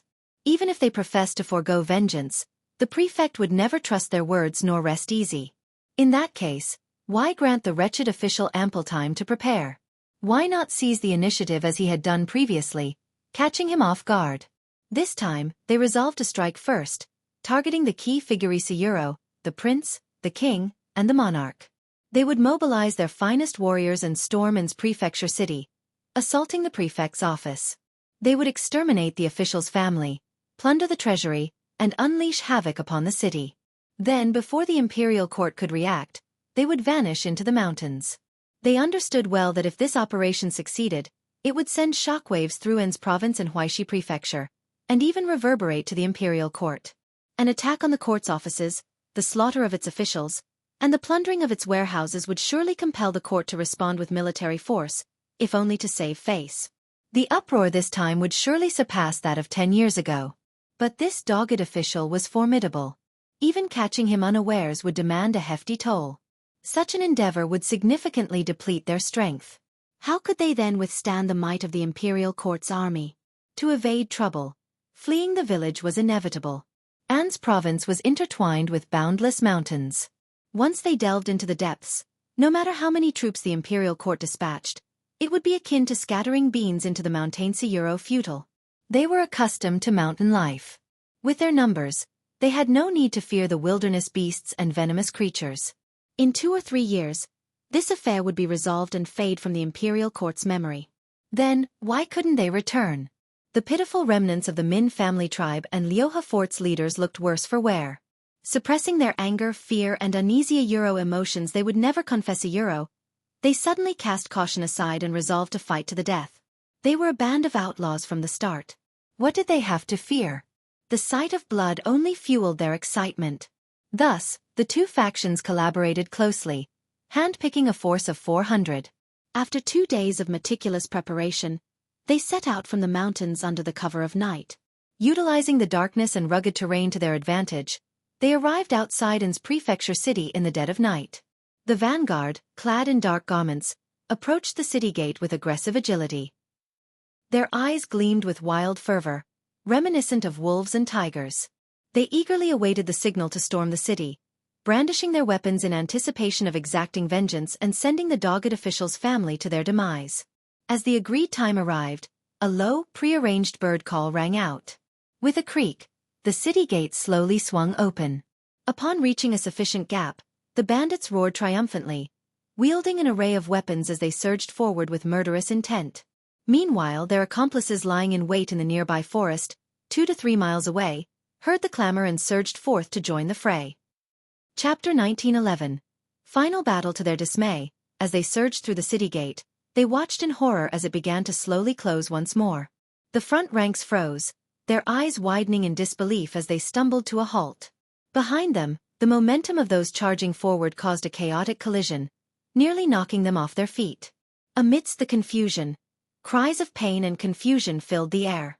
Before they could grasp the situation, a barrage of arrows whistled through the air like a swarm of locusts, sending the bandits into a frenzy of panic. In the blink of an eye, flames erupted from all directions, and the heavens reverberated with the thunderous clamor of approaching soldiers. Over 2,000 bailiffs and soldiers descended upon the hapless bandits with relentless ferocity, catching them off guard and sealing their fate. It was a slaughter, utterly one-sided. The mountain bandits screamed, cursed, and wailed in despair, their frantic attempts at escape resembling headless flies darting aimlessly. But there was no escape from the relentless onslaught closing in around them. The encirclement tightened, gradually closing in on the mountain bandits until none remained, including their leaders and most steadfast members. It had been ages since the soldiers had tasted such a decisive victory, and their jubilant cheers echoed across the battlefield. Meanwhile, the elite bandits who had entered the city earlier met a similar fate, swiftly dispatched by the waiting bailiffs and soldiers lying in ambush. Not a single one managed to escape. The individual who had facilitated their entry into the city wasn't Scribe Guan, who had initially colluded with them. By this time, Scribe Guan and his wife found themselves incarcerated in the prison. With the battle won, over 100 soldiers remained behind to clean up the aftermath, while the rest swiftly regrouped and set off towards Liuhe Fort and Min family tribe, their resolve unwavering. Over 200 sets of clothing were stripped from the fallen bandits, quickly donned by the soldiers who adopted their guise to march at the forefront of the advancing column, their determination evident in their demeanor. Once in the mountains, they divided into 2 groups, each headed towards Min family tribe and Liuhe Fort respectively. Jia Hemming's visit to General Huaishi went smoothly, thanks to Xiao Yunduan's generous funds. Jia Hemming promptly handed over 50,000 taels of silver, leaving Qin Wuyo and the other generals beaming with delight and heaping praise on Lord Xiao's generosity. They extolled his virtues, hailing him as a true exemplar, demonstrating that even a scholar could possess such courage, swiftly dealing with the bandits without hesitation. It put their own reluctance to send troops to shame. Qin Wuyo wasted no time in mobilizing his troops, leading a force of 3,000 elite soldiers as per Xiao Yunduan's instructions. They approached An's city stealthily, taking advantage of the dense forest cover that shrouded the region. Their presence remained undetected, concealed within the secluded valleys and thickets of the An's province hinterlands. Only a select few, including Xiao Yunduan, were privy to this plan. The sudden shout caught most of the bailiffs off guard. Meanwhile, as the battle raged outside An's prefecture city, the 2,000 soldiers had divided into 2 groups and stealthily positioned themselves near Liuhe Fort and Min family tribe. They rendezvoused with the reinforcements that were rapidly approaching. With dawn breaking on the horizon, their presence was barely discernible. Chapter 1912. Extermination. At that moment, with about an hour left until clarity dawned, vigilance was at its lowest. Soldiers donning counterfeit attire and brandishing weapons easily breached the mountain stronghold's doors. As the skirmish erupted, those left behind began to realize the dire situation. However, it was already too late. With superior numbers and unwavering morale, the soldiers swiftly overwhelmed the intermediate mountain bandits, who were accustomed to preying on the weak. Having suffered consecutive setbacks and diminished strength, panic and apprehension consumed them. In the face of a formidable foe, they trembled in fear, some even losing control of their bladders and crying out for their parents as they fled in every direction to preserve their lives. As the sun climbed higher, its rays piercing through the forest canopy, the birds began their morning rituals, chirping and soaring into the sky. The battle between the two villages came to a decisive conclusion, with the light of day illuminating the aftermath. The soldiers emerged victorious. After more than a decade, the malignant presence in An's province had been eradicated completely. Throughout the city, jubilation erupted, and word spread like wildfire. Lord Xiao's name commanded utmost respect. It was his efforts that had bestowed peace upon their lives, banishing the specter of marauding bandits. Families, particularly those with young daughters, no longer harbored the same fears. No longer did they hesitate to let their 7 or 8-year-olds venture outdoors, for the threat of abduction had been vanquished. With the dust settled, the aftermath unfolded, intricate and demanding. Each bandit, along with Scribe Guan and his cohorts, faced severe retribution whether by the sword or by exile. None could evade justice. Fortunately, with the invaluable assistance of Jia Heming, Xiao Yunduan found a moment of respite. Reflecting on it all, Xiao Yunduan couldn't help but marvel at the competence of his deputy prefect, the governor's right-hand man. Jia Heming navigated through countless bureaucratic hurdles, freeing Xiao Yunduan to focus on matters of greater import. Without him, even a moment's reprieve would have been a luxury beyond reach. Indeed, not only Xiao Yunduan but also the other scribes gaped in astonishment. How had they not realized the extent of Jia Heming's abilities? It seemed that Jia Heming had been hiding his capabilities all along. Xiao Yunduan lacked prior experience as a prefect, and thus had no basis for comparison with other deputy prefects excluding the extreme case of deputy prefect Guan. He knew Jia Heming to be competent, but the revelation of his true abilities left him awestruck. Jia Heming's capabilities far surpassed those of an average individual. In essence, he was the equivalent of 5 ordinary deputy prefects combined. Previously, some had harbored doubts regarding Jia Heming's appointment as deputy prefect. Yet, witnessing his actions dispelled any lingering skepticism. They couldn't help but admire Lord Xiao's discernment in selecting personnel. As everything settled, October came to an end and November began. An's province finally experienced tranquility. Xiao Yunduan initiated discussions about rewards and a celebratory feast. People felt a mix of nervousness and excitement. After toiling tirelessly for so long, it was finally time to unwind and revel in the moment. The banquet unfolded at the state office, with the 2 prominent restaurants in the city fully booked. A plethora of delectable dishes and beverages flowed continuously. Xiao Yunduan led hundreds of government officials in merry revelry, indulging from noon until late into the night. Meanwhile, Qiao Xian arranged a separate banquet in the back garden, extending invitations to all the officials' wives. Both inside and outside, the atmosphere brimmed with jubilation. Chapter 1913. Managing aftermath. Everyone exuded energy and excitement, their hearts aglow with warmth and confidence. With Lord Xiao, the prefect, at their side, worries about the future dissipated They knew they had made the right choice in following him.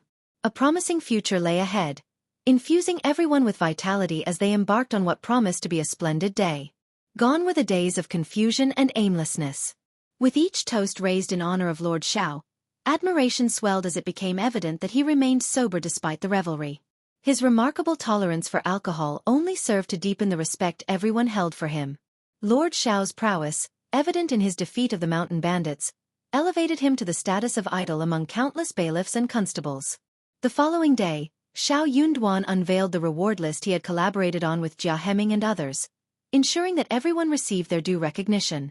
Even the most ordinary of bailiffs received a reward of 10 taels of silver each, while Jia Heming, Hang Xingshan, Sun Bai, Sun Qian, Zhang Sang, and others were granted the highest amount euro 500 taels each. Various increments of 200, 100, 50, and 20 taels were distributed among the remaining recipients. The rewards were deemed exceptionally fair and just, leaving no room for dissatisfaction. Each recipient eagerly lined up to claim their silver reward, their faces illuminated with joy. Qiao Xian, in a gesture of goodwill, also distributed rewards to those at the back of the court, though modest in comparison, simply to share in the joy and excitement. Jia Heming and his wife were overwhelmed with happiness and gratitude.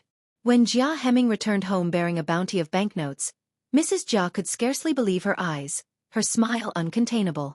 Anticipating a more modest reward, Mrs. Jia had already envisioned how to allocate 10, 20, or 30 taels. However, receiving 500 taels of silver left her at a loss for how to manage such unexpected wealth. Both Lord Xiao and Madame Xiao, known for their benevolence, refused any compensation for their efforts. Their altruism only strengthened the resolve of Jia Heming and his wife to stand by them, assured that following their lead would only enrich their lives further. Following the rewards, the assets of the Fan family and the spoils obtained from the 3 villages commenced auction proceedings. The mountain bandits lived a rugged existence, showing little regard for conventions. They eschewed productive endeavors, relying instead on coercion to obtain what they needed from affluent families. Failure to comply meant their goods would be forcibly taken. Consequently, their stockpile atop the mountain was meager. Moreover, during the breach of their stronghold, opportunistic allies pilfered some of the remaining wealth, further depleting their resources. The spoils, including gold, silver, food, and weaponry, were primarily sourced from the national treasury. Only a scant selection of jewelry, fabric, and a few ornamental items were available for auction. Additionally, a handful of houses clandestinely acquired at the mountain's base were put up for sale, though their association with the bandits rendered them undesirable to wealthier buyers. Ultimately, these items fetched relatively low prices. Jia Heming, unencumbered by such concerns, purchased a 3-acre courtyard situated in a somewhat secluded area within An's prefecture's intermediate city for a mere 100 taels of silver. Qiao Xian, mindful of her status as the prefect's wife, refrained from making a purchase, despite the attractive prices.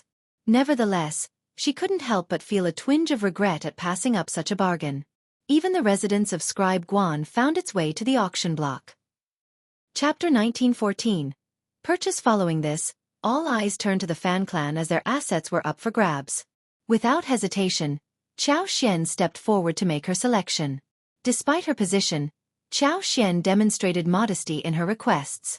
She opted for 60,000 mu of fertile land and 5 ordinary yet promising shops, all at fair market prices. Given An's province's scarcity of arable land, particularly fertile plots, prices exceeded those of neighboring regions. Qiao Xian selected prime parcels priced at 10 taels of silver per mu, totaling 60,000 taels of silver. Additionally, the 5 shops amounted to another 6,000 taels. However, considering the government's outstanding debt of 500,000 taels to Qiao Xian, she opted to offset the purchase with this owed sum, without needing to expend a single tael of her own. Even after deducting the 66,000 taels for her purchases, the government still remained indebted to her by over 400,000 taels. Xiao Yunduan took responsibility for reimbursing this remainder, leaving him indebted to her for 400,000 taels. These transactions were conducted transparently, with both the government office and local populace acknowledging the legitimacy of the arrangement. Despite acquiring substantial assets from the Fan clan, Qiao Xian's generosity was evident as she chose to share her newfound wealth with the community. In addition to the land and shops, numerous rare antiques from the Fan clan were also put up for auction. The esteemed families eligible for participation in the auction had already convened in private to strategize, fostering a congenial atmosphere throughout the proceedings. As a result, nearly everyone secured their desired acquisitions, leaving them thoroughly content. With this milestone, the entirety of An's prefecture city finally achieved a state of complete safety.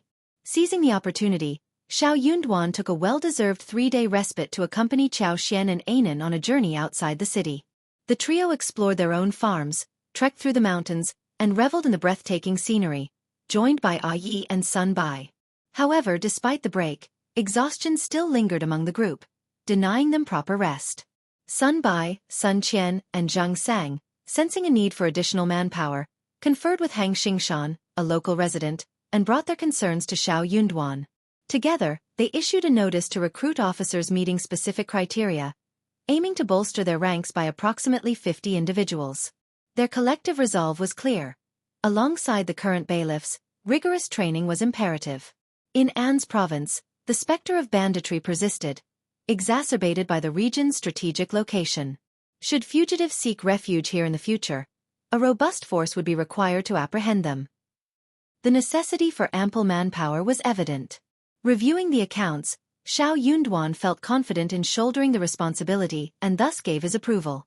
It was common knowledge that positions within the government office were highly sought after, with young and capable individuals eagerly vying for selection. The atmosphere in An's province city became vibrant and bustling as a result.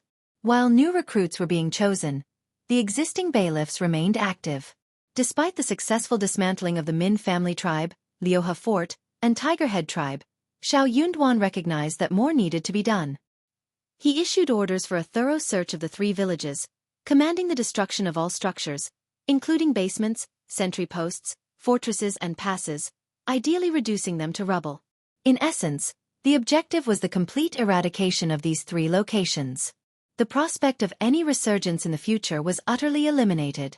Qiao Xian's curiosity got the better of her, prompting her persistent requests for Xiao Yunduan's approval to join the expedition. Initially resistant, Xiao Yunduan dismissed her requests, labeling them as mere whims. After all, what allure could a mountain bandit village possibly hold? He chided his increasingly obstinate wife.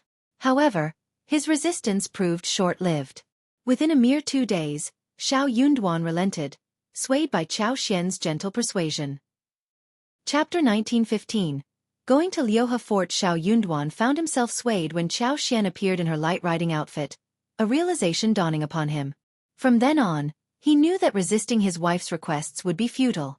Ultimately, he resolved to indulge her desires, though not without attempting to negotiate for better terms. After all, bargaining often yielded unexpected benefits. In the end, everyone was content, and Xiao Yunduan found joy in his wife's happiness. As for Anan, despite his lively demeanor, he was still too young to accompany them on their mountain excursion. Qiao Xian entrusted the care of their son to the nanny, Kai Yun, and Kai Ming before departing the city with Xiao Yunduan and their companions. Disguised and traveling by carriage until they reached impassable terrain, the group was prepared to proceed on foot when necessary. They were en route to Liuhe Fort, situated a considerable distance from An's prefecture city. Setting off at dawn, they traveled swiftly in light carriages, covering the distance in a mere 4 hours. Disembarking from the carriages, they proceeded on foot for over half an hour, arriving at Liuhe Fort around noon. Of the 3 strongholds, Liuhe Fort was the closest to An's prefecture city, with the other 2 being more remote. Upon their arrival, the fort bustled with various demolition activities. Spotting Lord Xiao, the workers paused their tasks to greet him, only to be encouraged by Xiao Yunduan to continue their efforts. Qiao Xian, brimming with curiosity, felt invigorated rather than fatigued. She accepted the water offered by Xiao Yunduan and tugging at his sleeve, suggested, "Husband, let's explore together. This place seems vast and flat." Xiao Yunduan, unable to resist his wife's enthusiasm, smiled helplessly. "Since you're so keen, let's take a stroll." Over the years, Liuhe Fort had expanded significantly, occupying extensive flat terrain. Recognizing the impracticality of relying solely on mountain-foraged resources, the bandits had cultivated vegetable gardens. A valley lay at the foot of the front mountain, while a wide stream ran behind it. In the distance, a picturesque white waterfall caught their gaze. Gazing into the distance, Qiao Xian marveled at the lush green mountains and winding rivers, captivated by the picturesque scenery. What intrigued her most was the mountainous terrain, characterized by steep peaks and vast valleys at their feet. An ideal landscape for expansion. Despite the current inconvenience of transportation, Qiao Xian saw potential in repairing the roads. While the mountain paths were challenging to traverse, the proximity to the nearby village suggested that with improved infrastructure, travel time could be significantly reduced. Inspired by her surroundings, Qiao Xian activated her superpower, surveying the area with satisfaction. Aware that their time was limited, they departed after a brief half-hour stay, returning to the village and boarding the waiting carriage back to the city. As they journeyed home, Xiao Yunduan embraced Xian, planting a kiss on her cheek and inquiring, "Are you tired?" Xian shook her head, a smile gracing her lips. "The scenery is splendid. I truly enjoy being here." Xiao Yunduan chuckled. "Now that things have settled down, how about we go hunting in the mountains together?" Chapter 1916. Taking a fancy, really? Of course. That is great. Xian's eyes sparkled. You know what I like the most? Longing to explore the forests of An's province for potential resources and treasures had been a persistent desire for Xian. However, the presence of bandits had stifled any chance of realizing this dream, leaving her to merely fantasize about it. Now, as the opportunity to fulfill her aspirations approached, joy filled her heart. With the sky darkening early, they hastened their journey, returning to An's prefecture city under the cover of night. Their bodies ached, weary from the arduous trek. The challenging terrain necessitated a swift pace. Lingering on the road held the uncertainty of when they might safely return. Alighting from the wagon, Xian sighed in relief, her waist sore from the journey. The urgent need for road repairs was evident. The maids breathed a collective sigh of relief upon seeing their return, while Anan, eager for his mother's embrace, reached out from the nanny's arms. Xian, consumed with thoughts of her son throughout the day, disregarded her fatigue as she gathered Anan into her arms, showering him with kisses and affectionate rubs. His laughter filled the air as he blinked his big, beautiful eyes and babbled contentedly. The nanny smiled warmly and remarked, "Indeed, young master has been eagerly searching for you all day." The maidservants nodded in agreement, recalling the commotion caused by Anan's longing for his mother throughout the day. Xian chuckled, understanding the reason behind the nanny's earlier gleaming eyes. It was undoubtedly due to her beloved son. Xiao Yunduan gently took Anan from Xian's arms, offering to carry him himself. However, Anan adamantly refused, clinging tightly to his mother's neck and shaking his head vigorously. It was a scene that elicited laughter from everyone present. Xian with a smile insisted, "He's still so young, let me hold him." Xiao Yunduan laughed along, shaking his head in amusement before leading his wife and son into the house. The family spent some quality time together, playing until Anan eventually drifted off to sleep after nursing. With his eyes closed, his delicate features appeared even more pronounced, peacefully highlighting his exhaustion from the day's travels. The nanny carefully escorted Anan away, leaving Xian and Xiao Yunduan to dine together. During dinner, Xian shared her plans for Liuhe Fort with Xiao Yunduan. The fertile surroundings presented ample opportunities for development. She proposed constructing a villa in place of the former fort, effectively eradicating any remnants of the bandits. Reflecting on the terrain around Liuhe Fort, Xiao Yunduan smiled and nodded in agreement. "If that's what you desire, then it's settled. It's better than leaving it unused." "Deal!" Xian exclaimed joyfully. "It's an opportunity for farming, and we're all free. I can hire additional help to increase our family's income." Her enthusiasm was infectious, and Xiao Yunduan couldn't help but feel a warmth in his heart. With a smile he affirmed, "Wife, go ahead and make the arrangements." Chapter 1917. Planning to farm Xian's enthusiasm was palpable.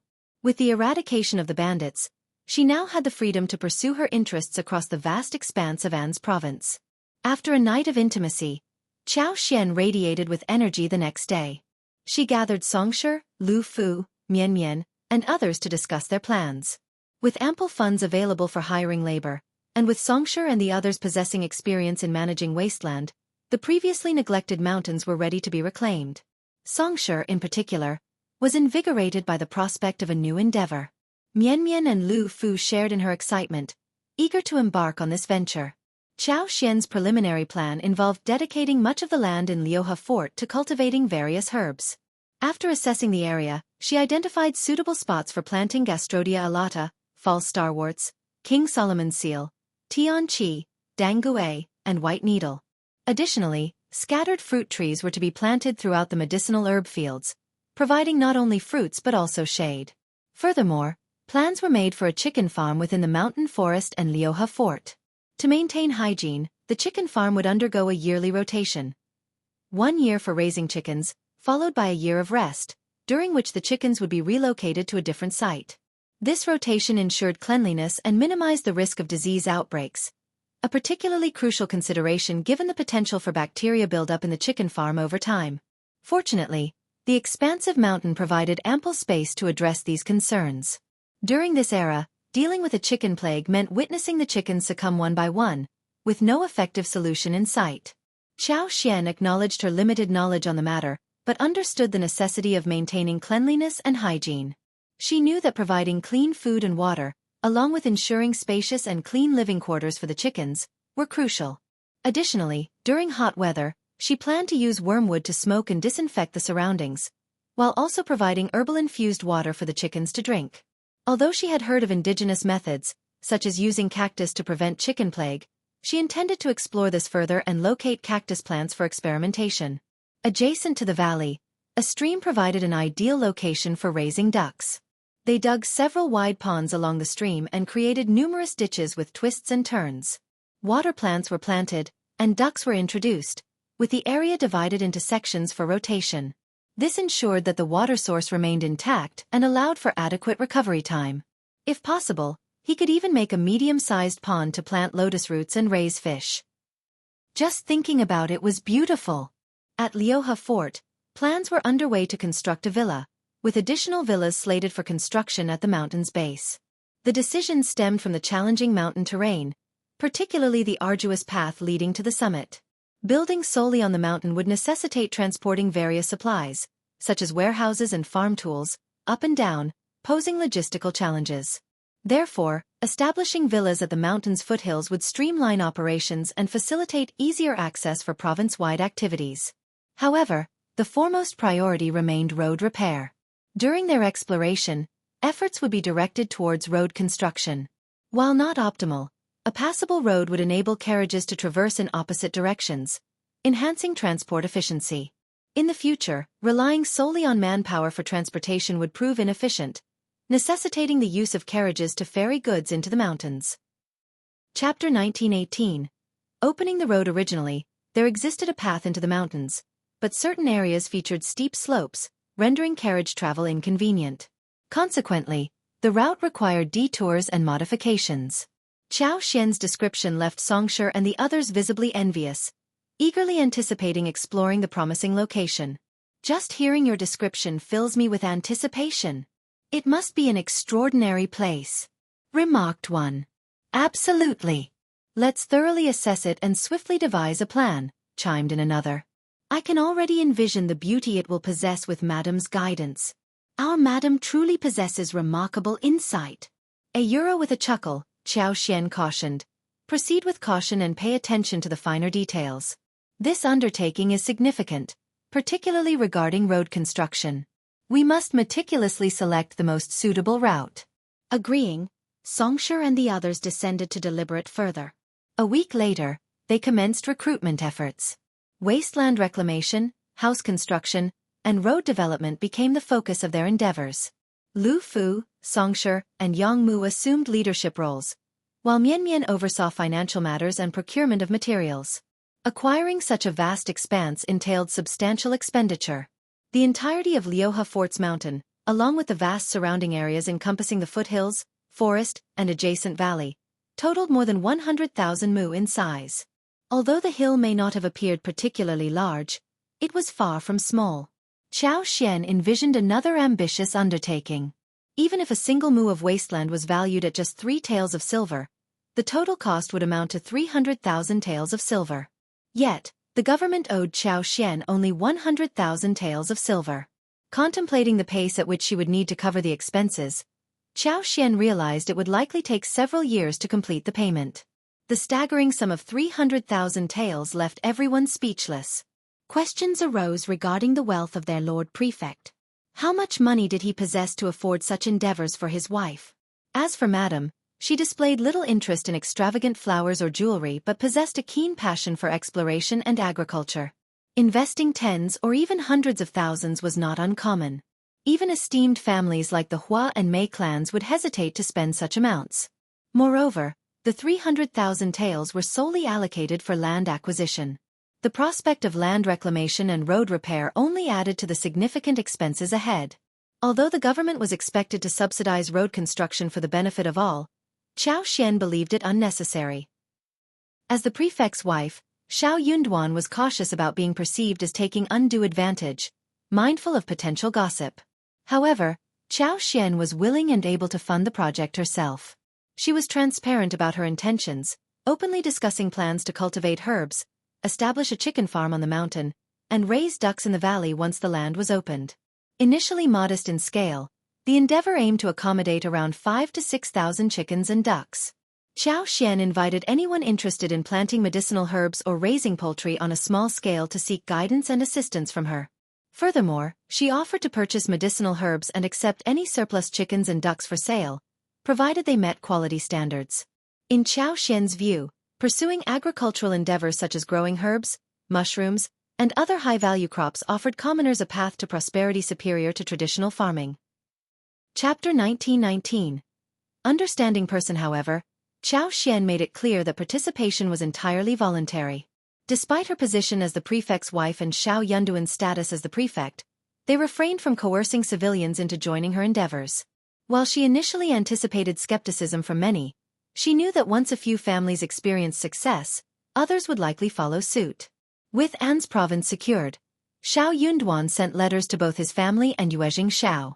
Yuezhing Xiao intended to extend his congratulations but was preoccupied with year-end matters and couldn't make it. Meanwhile, Zhao Shu returned to Xiaoding village.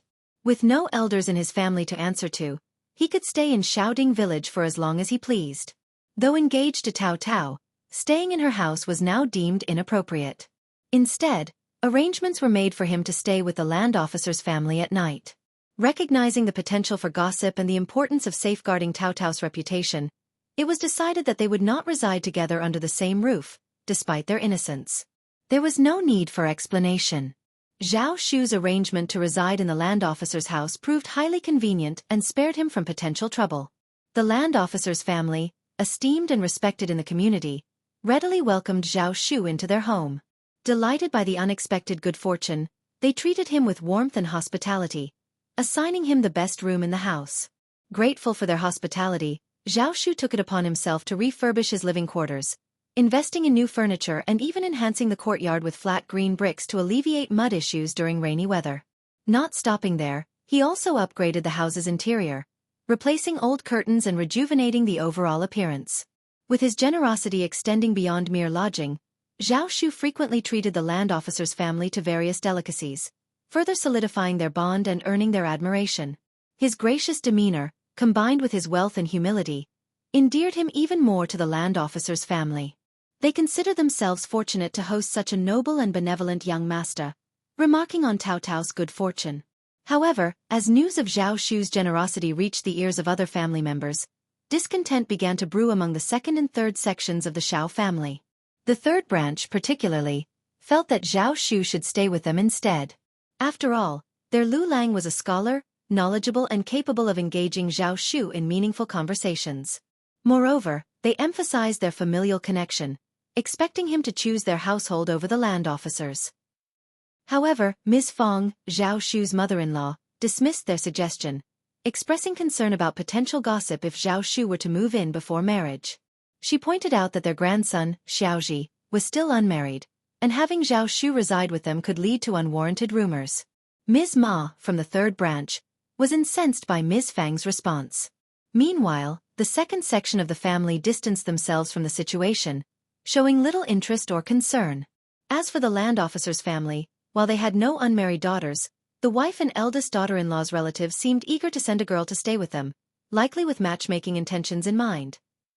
Chapter 1920. Received the letter. Of course, they didn't dare to openly compete with Tao Tao or scheme against her. But what if Zhao Shu developed feelings for one of their daughters? Even if she became a concubine, the Zhao family's wealth and Zhao Shu's character would ensure she didn't lose out. After all, what wealthy family didn't have multiple wives and concubines? Tao Tao shouldn't be so narrow-minded, right? A village girl could become her right-hand woman and they could amass a fortune together. It had to be better than marrying into other families, right? Although these thoughts crossed their minds, they knew better than to directly challenge Tao Tao. Xiao Wulong was a prominent official. It would be foolish to provoke his family. Luckily, the land officer and his wife were level-headed and promptly rejected their relatives' proposals. They made it clear that no one was welcome to visit, especially with matchmaking intentions. Since Zhao Shu had already arrived as a guest, they couldn't outright refuse him. But his intentions were dubious from the start. Knowing they could rely on the land officer's family, Ms. Feng sought their assistance. When Xiao Yunduan's letter arrived, Zhao Shu was still in the village, planning to stay for the New Year celebrations. He intended to accompany Xiao Sanlang and others to the province to purchase New Year's goods, adding to the festive atmosphere. When Xiao Yunduan's letter arrived, his family members were all displeased. Since Xiao Yunduan hadn't mentioned the mountain bandits in An's province to his family, he didn't disclose the content of the letter. Instead, he simply informed them that he, Qiao Xian, and their son were doing well. They had settled comfortably in An's province, where everything was running smoothly. With spring approaching, he suggested they visit, perhaps coordinating with Yuezhing Xiao for a joint trip. Upon reading this, Zhao Shu inferred that the issue with the mountain bandits had been resolved. Otherwise, Xiao Yunduan wouldn't have extended the invitation. Though somewhat surprised, Zhao Shu wasn't overly so. He wasn't privy to the intricacies of bureaucracy, and only knew of An's prefecture's bandits from hearsay. Some claimed they were formidable, even fearsome, but Zhao Shu hadn't experienced it firsthand. For him, hearing of the bandits' demise only deepened his admiration for Xiao Yunduan. To Zhao Shu, his brother-in-law was nothing short of extraordinary, an exceptional figure, akin to the once-in-lifetime appearance of a primus. How clever and cunning! It seemed only natural for him to succeed in quelling the bandits. If Xiao Yunduan and Qiao Xian were aware of his thoughts, they would likely just say, "As long as you're happy." Upon hearing that their son and daughter-in-law had settled in the government and could soon visit, Ms. Feng and eldest uncle were overjoyed. Xiao Sanlang, Tao Tao, and the others were equally thrilled. They proudly shared the news in the village and made plans to visit at the onset of spring. With the weather turning colder, they could prepare more cured meats, sausages, dried vegetables, and the like to bring along. After all, fifth sister-in-law enjoyed these delicacies. Xiao Sanlang made it a point to visit the third branch and boast to Xiao Lulang deliberately. Xiao Lulang had warned about the bandits in An's province, claiming it wasn't safe. He even persuaded their father to urge fifth brother to resign. How deceitful! But look now, fifth brother had already invited their family to visit. If it wasn't safe, would fifth brother risk his family's safety? Chapter 1921. Wanting to go to An's province. Xiao Lulang's response puzzled Xiao Sanlang, but he paid it no mind. After all, his fifth brother was a trustworthy individual. Unbeknownst to Xiao Lulang, Xiao Yunduan had already eradicated all the bandits in the region. In ancient times, news traveled slowly, and even with interconnected regions, information dissemination was sluggish. Xiao Lulang presumed that Xiao Yunduan was merely boasting, attempting to inflate his own importance by inviting his family. He couldn't fathom the rationale behind such a decision. An's province was perilous, and if the first branch of the family ventured there only to be robbed or kidnapped by bandits, it would be too late for regrets. Vanity, he believed, was a dangerous trait. But if Xiao Yunduan insisted on such actions, then let him face the consequences, Xiao Lulang thought to himself. Although he refrained from offering advice, Xiao Lulang did voice his concerns to his parents. His third uncle and Madame Ma were both garrulous individuals, and they placed great trust in their son's judgment. Naturally, they believed his words to be true. Consequently, gossip began to circulate throughout the village, taking on various forms after undergoing deliberate or unintentional embellishment. Ms. Feng became so exasperated that she resorted to scolding the couple once more. Observing this, Zhao Shu chimed in with a suggestion. These people are ignorant and spreading baseless rumors. Why don't we take a trip to An's province ourselves and return safely? The journey isn't far, and we can travel leisurely. It shouldn't take more than half a month round trip. What do you say? Fifth brother and fifth sister-in-law must miss us very much too. If we go now, we can give them a surprise. Zhao Shu's suggestion resonated deeply with the first branch of the Xiao family. Xiao Sanlang, in particular, had frequented the provincial city numerous times over the past 2 years due to his involvement in various industries. His interactions with outsiders had broadened his horizons, leaving him eager to explore An's province. After all, it was where his brother held an official position. Enthusiastically, he embraced Zhao Shu's idea and expressed his wholehearted agreement. Tao Tao shared his sentiment.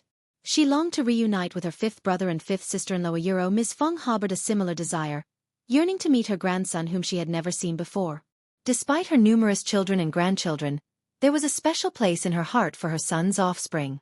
However, given the time of year, Ms. Feng was hesitant to embark on such a lengthy journey. She decided to postpone her travels until later, planning to extend her stay in An's province for a few more days before returning in December. With the year drawing to a close, the bustling atmosphere at home was further heightened by the arrival of numerous New Year's gifts and well-wishers. As preparations for the upcoming festivities commenced, there was much to be done. In the absence of Xianxia, who was adept at managing such affairs, Miss Su proved ill-suited for the task, and Xianxia's naivety and love for food only exacerbated the situation.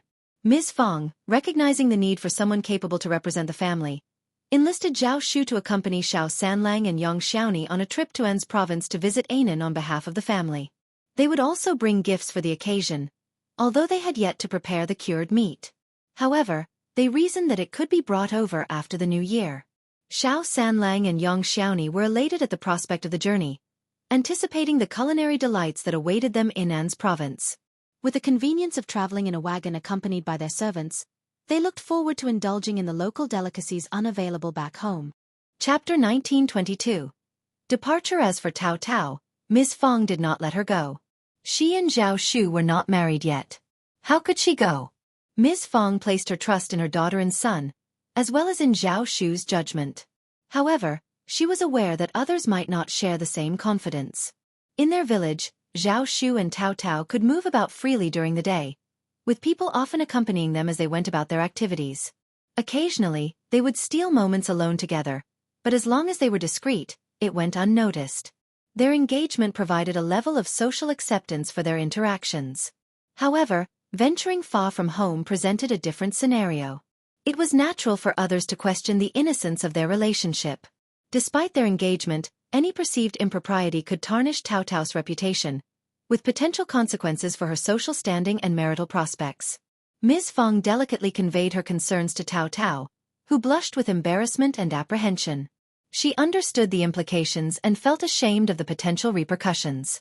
Thankfully, Tao Tao had a wise and understanding mother who helped her navigate this delicate situation without causing any undue trouble. Without the guidance and influence of a wise and caring mother like Ms. Feng, Tao Tao might struggle to navigate such delicate situations successfully. This was precisely why affluent families were often hesitant to marry off concubines' daughters. Few legitimate wives could impart the same level of guidance and care to their concubines' daughters as they did to their biological children.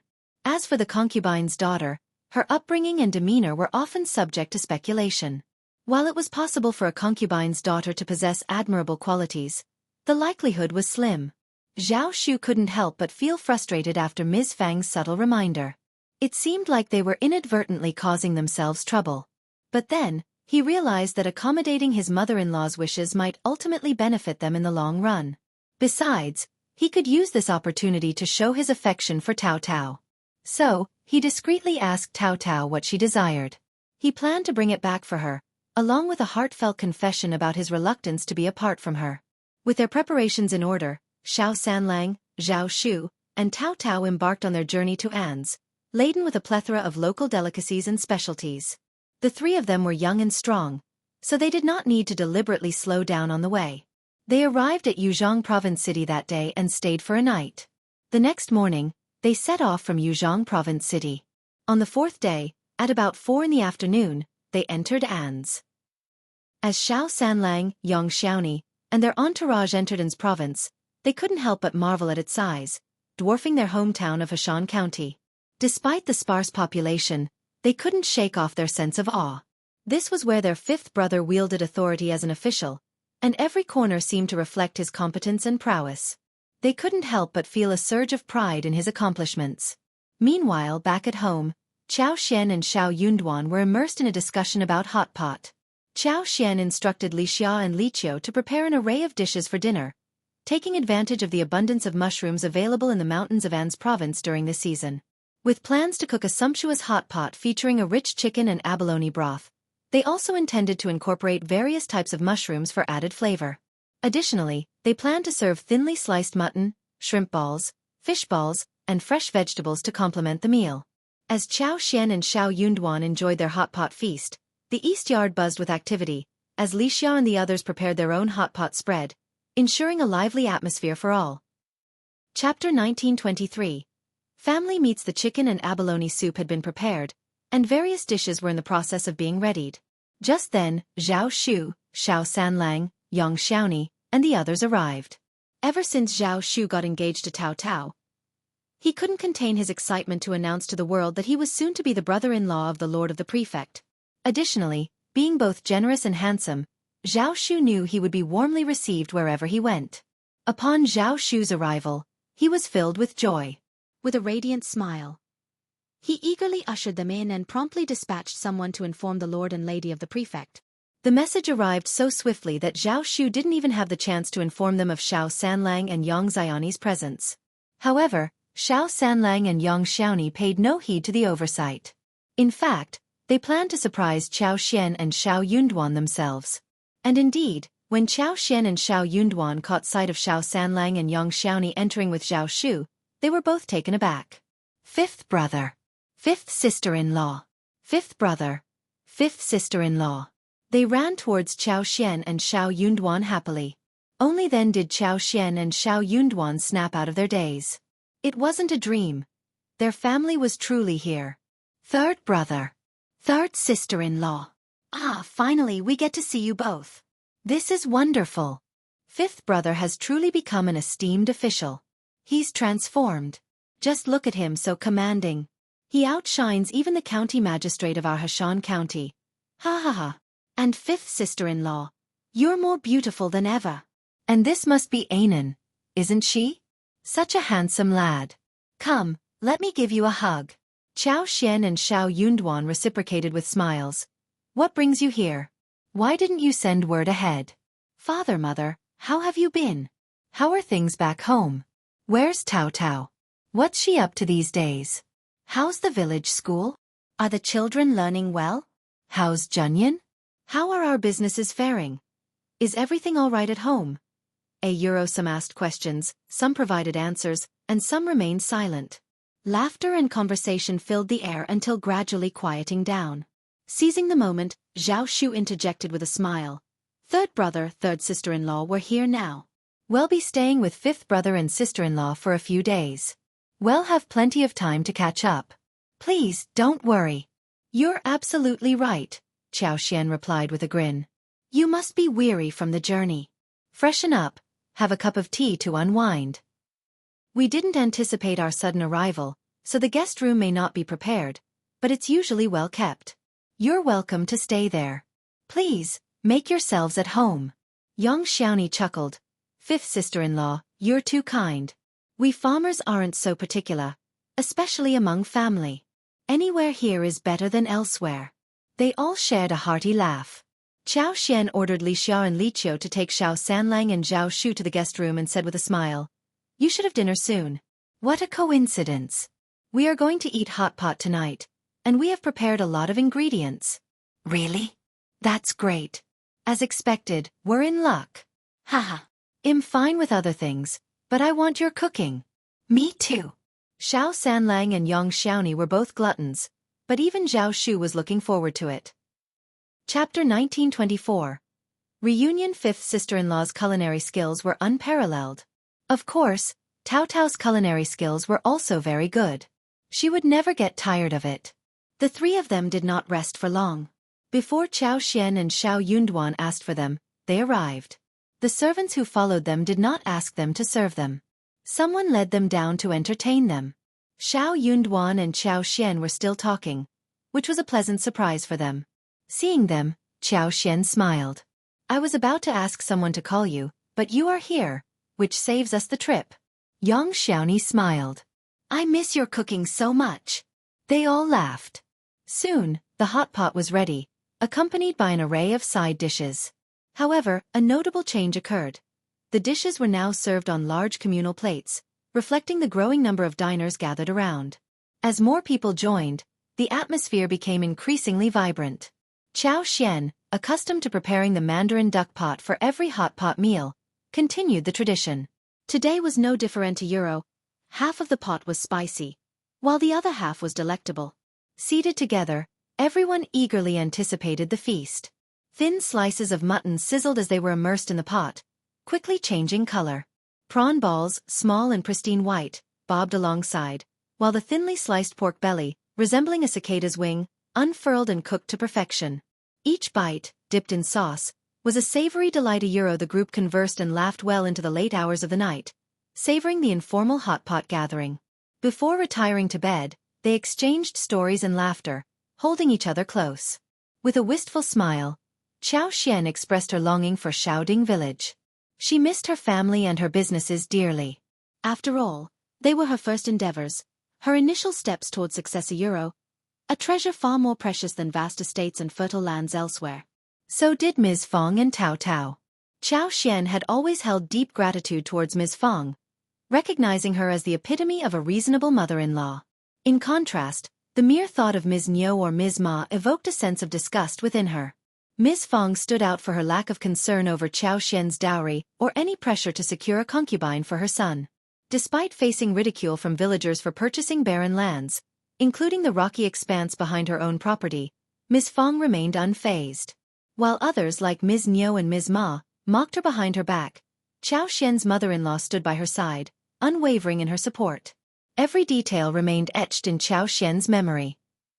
In an era where women could assert independence and claim equal status, Ms. Fong embodied resilience and determination, pursuing her interests with unwavering resolve. Despite her strong will and eventual triumphs, Xiaoxian couldn't help but acknowledge the toll such battles took, leaving one exhausted and overwhelmed. Without her family's support, navigating the complexities of divorce would have been daunting. Even if achieved, establishing oneself as a woman in this era presented formidable challenges. Thankfully, such trials never materialized. Despite occasional annoyance from father-in-law, Xiaoxian found solace in her mother-in-law's calming presence, choosing to overlook any minor grievances. Overall, she counted herself fortunate. Wrapped in her husband's embrace, Xiao Yunduan couldn't help but reminisce.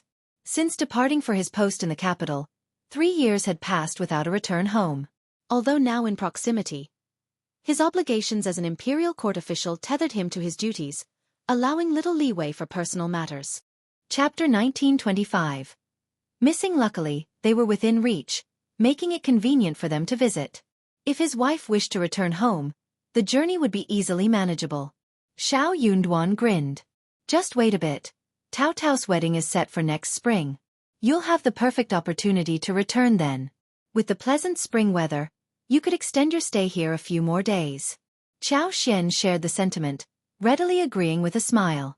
She anticipated exploring the flower fields, the Zhang family's tea mountains, and the alfalfa fields, planning to apply her special expertise to enhance their growth. Surely, the tea mountains would be thriving like dense forests by now? Yet, Xiaoxian's concerns gravitated toward Tao Tao's family. She exchanged a glance with Xiao Yunduan before jesting. Is young Master Zhao going to petition our lord for the wedding date? Should we expect any challenges from you? Xiao Yunduan erupted into laughter. When have I ever made things difficult for him? I simply reminded him not to mistreat Tao Tao. Xiaoxian found his response amusing. I believe young Master Zhao is an honorable man. Don't fret, dear. Tao Tao is both capable and sensible, capable of leading a fulfilling life, even if they relocate to the south. Xiao Yunduan smiled warmly, his eyes filled with affection. You've been a wonderful influence on her, even better than me as her brother. Xiaoxian returned the smile. Tao Tao is truly endearing, and I've grown quite fond of her. Xiao Yunduan tightened his embrace, his laughter soft and intimate as he whispered into her ear. Well, my dear, you're quite adorable yourself, and I'm rather fond of you too. Blushing, Xiaoxian playfully attempted to push him away. Stop it. Xiao Yunduan chuckled, lowering his head to capture her lips in a kiss, unable to resist the temptation. Xiaoxian's breath grew ragged as she covered his lips with her hands, pleading. No, please, I'm going out with third sister-in-law tomorrow, don't leave me unable to move. Xiao Yunduan paused, gently biting her lip. I'll keep that in mind, and I'll make it up to you next time. But perhaps, their privacy wasn't entirely a good thing. Xiaoxian didn't respond, feeling no obligation to do so. What did he mean by making it up to her? Xiao Yunduan wasn't ready to give up easily. His lingering frustration simmered as they found solace in each other's embrace, eventually drifting off to sleep. The next morning, after breakfast, Xiao Yunduan attended to matters at the front briefly, ensuring everything was in order before returning to his office to confer with Xiao Sanlang and Zhao Shu. Zhao Shu was considered a member of the family, and there was no reason to avoid him in matters concerning kinship. Therefore, Xiao Yunduan didn't shy away from interacting with Zhao Shu. What truly touched Zhao Shu was a sense of pride. His fifth brother had finally embraced him wholeheartedly. Meanwhile, Yang Xiaoni accompanied Qiao Xian. During their time together, Yang Xiaoni shared village gossip with Qiao Xian. Little Anan, nearing 4 months old, captivated everyone with her adorable demeanor. Her large expressive eyes possessed a captivating innocence that could melt hearts. Despite being a mother herself, Yang Xiaoni couldn't resist holding and playing with her. Anan showed no reluctance toward Qiao Xian, readily allowing her to carry her. Later that afternoon, Qiao Xian and Yang Xiaoni ventured out for some shopping. An's province boasted a plethora of local specialties, and the two women indulged in purchasing various items along their journey. Their haul included an assortment of snacks and mountain delicacies, with Yang Xiaoni particularly enthusiastic in her praise as she sampled the regional treats. Observing the lively bustle of the city, Yang Xiaoni couldn't help but admire her fifth brother for his commendable performance as an officer. Chapter 1926. Calculation. Qiao Xian found it amusing. She simply listened to Yang Xiaoni's chatter, appreciating the company of her lively and cheerful friend. Yang Xiaoni's buoyant personality ensured that boredom was never a concern. Their dinner plans featured roasted whole lamb, a dish Qiao Xian had arranged for the previous day. The lamb, seasoned with various spices, roasted over the intense heat of fruit charcoal, filled the air with tantalizing aromas. As the sharp knife sliced through the crispy skin, the aroma of the succulent meat mingled with the hot air, enticing Qiao Xian's appetite. Each piece, expertly carved, boasted crispy skin and tender meat. The combination of textures and fragrances made it impossible to resist indulging further. Conversation turned nostalgic as everyone reminisced about the times when Qiao Xian and Xiao Yunduan used to cook together at home, their mutual longing evident. While Qiao Xian typically oversaw such gatherings, her absence made organizing such an event challenging.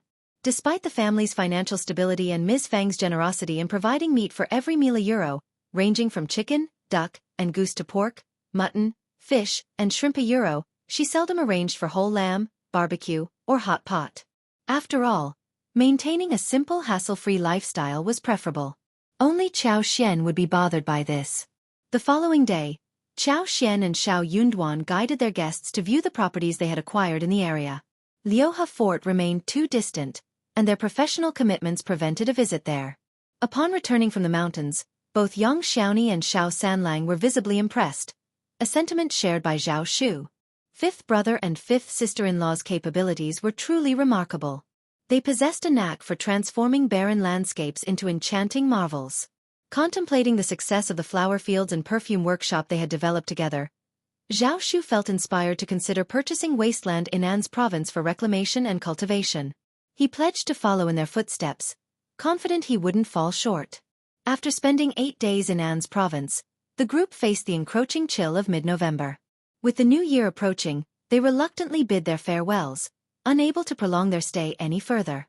Yang Xiaoni couldn't bear to part with Anan, expressing regret that her mother hadn't witnessed her adorable and well-behaved grandchild.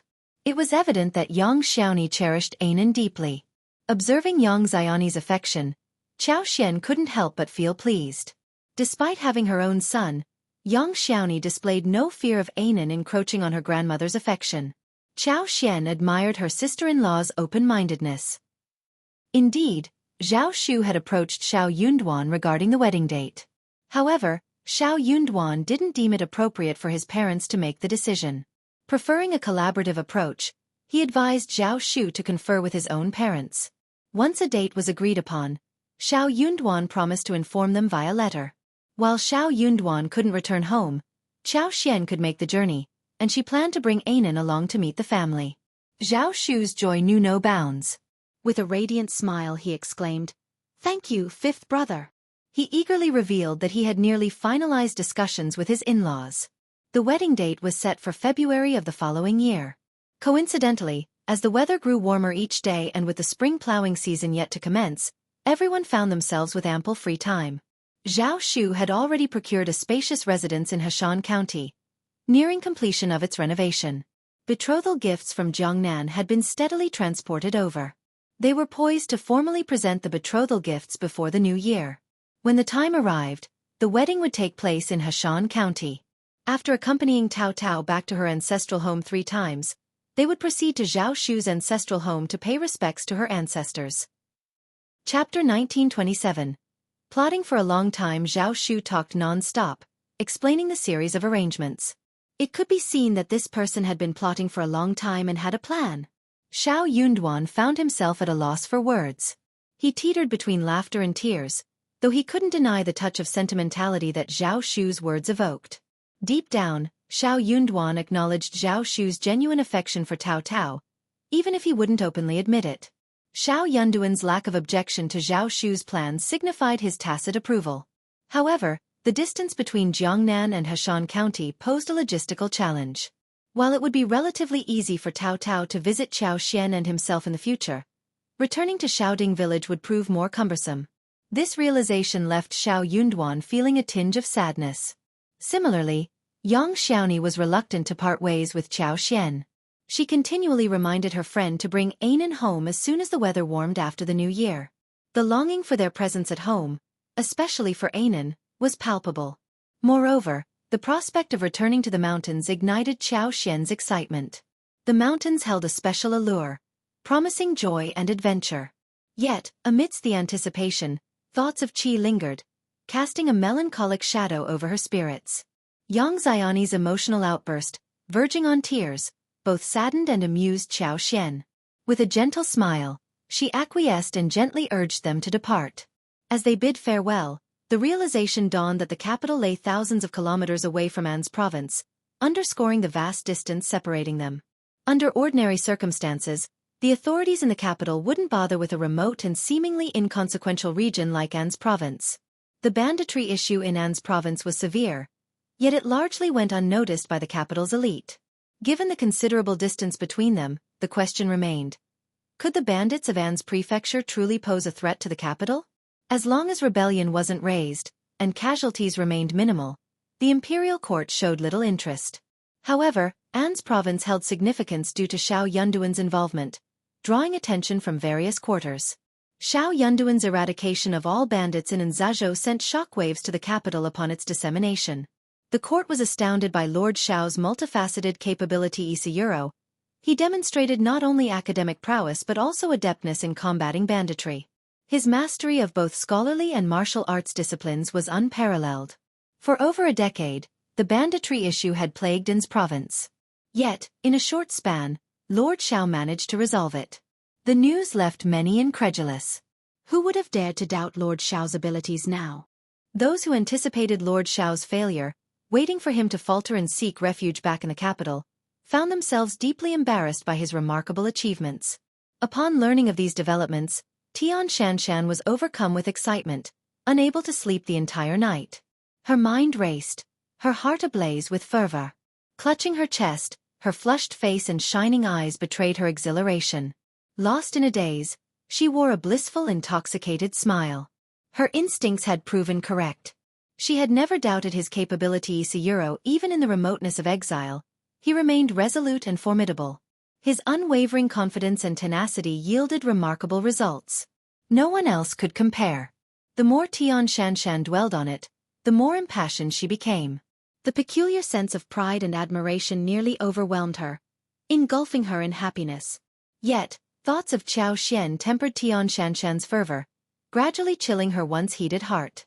Anger and resentment surged within her, fueling a desire to rid herself of Xiao Xian as quickly as possible. Why was he accompanied by a mere concubine's daughter and not her? If there was any blemish in his life, it undoubtedly stemmed from that concubine's daughter. Such a person was unworthy of him, yet he remained oblivious or chose to ignore it. Chapter 1928.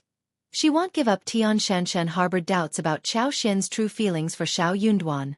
In her view, genuine love wouldn't sabotage one's partner's future but rather empower them. Her actions seemed to betray such affection, marking her as self-centered and deceitful. Lord Xiao, characterized by his honesty and kindness, appeared to have been misled by Xiao Xian's facade. Feeling sympathy for Lord Xiao, Tian Shanshan was resolute in revealing Xiao Xian's true nature to him. She saw an opportunity in her cousin's potential ascension to the throne, which could facilitate her plans. At present, she needed to strategize with her cousin and aunt, ensuring that Lord Xiao didn't return to the capital immediately. The Crown Prince's situation without Lord Xiao appeared less favorable.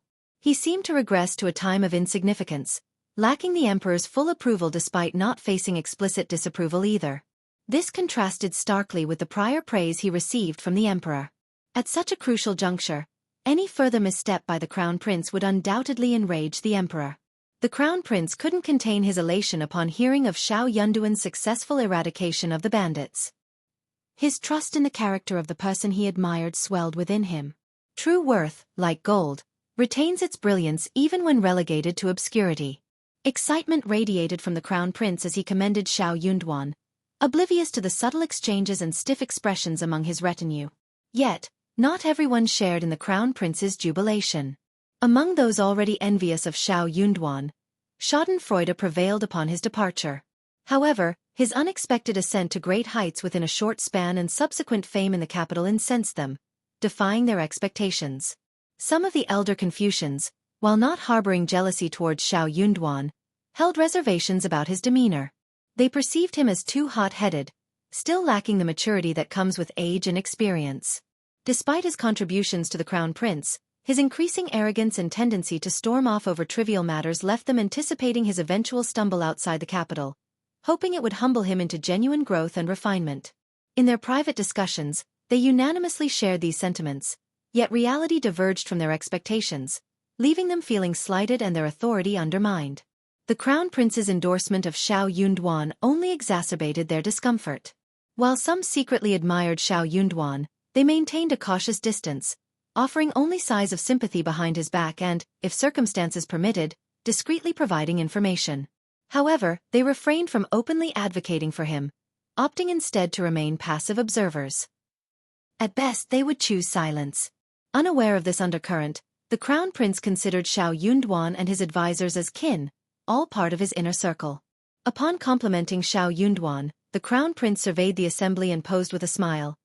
I believe Officer Xiao's talents are squandered in the modest Ens province. I'm contemplating a transfer back to the capital after the new year. What say you all? Chapter 1929. Obstruction. As soon as the Crown Prince broached the topic, a silent exchange swept through the assembly, a tacit acknowledgement of expectations being met. However, this realization stirred a myriad of uncomfortable emotions within them. Crown Prince, perhaps we ought to tread cautiously in this matter. The distance between An's province and the capital spans 500 kilometers. It's imperative we thoroughly scrutinize the situation there. Any missteps or oversights could inadvertently implicate Your Highness. The sentiment found unanimous agreement among the gathered advisors. Indeed, a more circumspect approach is warranted. Certain individuals seem intent on stirring trouble for the Crown Prince. We must exercise heightened vigilance during this period. Any misstep could have grave repercussions. It's crucial to recognize they lack the Crown Prince's compassion and wisdom. Absolutely. Couldn't agree more. The advisors voiced their concerns simultaneously, emboldened by the Crown Prince's evident dilemma, tilting the discourse in a more cautious direction. I don't wish to appear petty, but this situation does seem rather peculiar. Permit me to be candid.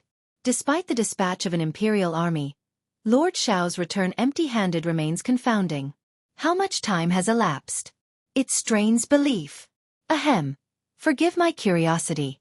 I merely seek clarification. Nothing more. A single stone cast into the pond sparked 1,000 ripples, intensifying the discussion among the advisors. I share the same doubts. Indeed. After a decade, those mountain bandits should have only grown more formidable and entrenched. It defies logic that Lord Xiao handled them so effortlessly, almost as if they were mere illusions. Exactly. Lord Xiao's expertise lies in governance, not military tactics or combat. His victory does seem remarkably implausible. Could there be undisclosed factors at play? Alas, the divide between us and the truth is vast. Perhaps Lord Xiao embellished the situation to hasten his return to the capital? Just a thought. No need to take it seriously. I too, believe Lord Xiao to possess integrity. True, yet uncertainties linger. Moreover, he might come to regret his decision once he's there. Could this be a plot then? Someone orchestrating events to ensnare the crown prince? Difficult to say. The crown prince's brow furrowed slightly, a tinge of discontent creeping in. He maintained faith in Xiao Yunduan's character, confident he wouldn't allow misleading information to reach the capital. Nonetheless, the remarks swirling around him unsettled his conviction. But what if furthermore, there was the looming question of who orchestrated the supposed trap, knowing of his desire to recall Xiao Yunduan. If he exploited this opportunity to summon him back, what if the accolades were unfounded or complications arose? The blame would ultimately fall on him, and his adversaries wouldn't relent so easily. Although the advisor's words were a little sharp and unpleasant, what they said was not completely unreasonable. More importantly, they were all thinking for him. He had to accept this kind gesture. Forget it. Let's think about this matter carefully. Go back and ask more about it. Sigh. Crown Prince sighed, feeling rather regretful. Chapter 1930. No opinion. Sending someone to An's province to clarify matters seemed like the logical solution for the Crown Prince. However, such a move was fraught with risk. It was a taboo for princes to personally involve themselves in contacting local officials or meddling in regional affairs. Discovery of such clandestine actions could spell trouble. Nevertheless, this didn't imply a lack of surveillance. The princes maintained a network of spies, but An's province posed a unique challenge. Xiao Yunduan's prominence there had drawn considerable attention, with even the princes awaiting the Crown Prince's response, anticipating any investigative measures. The Crown Prince couldn't assure the stealth of his covert operatives amidst the watchful eyes covertly observing the province. Upon the Crown Prince's decision, his advisors breathed a collective sigh of relief, lauding his astuteness. Crown princes held a distinct position from other princes.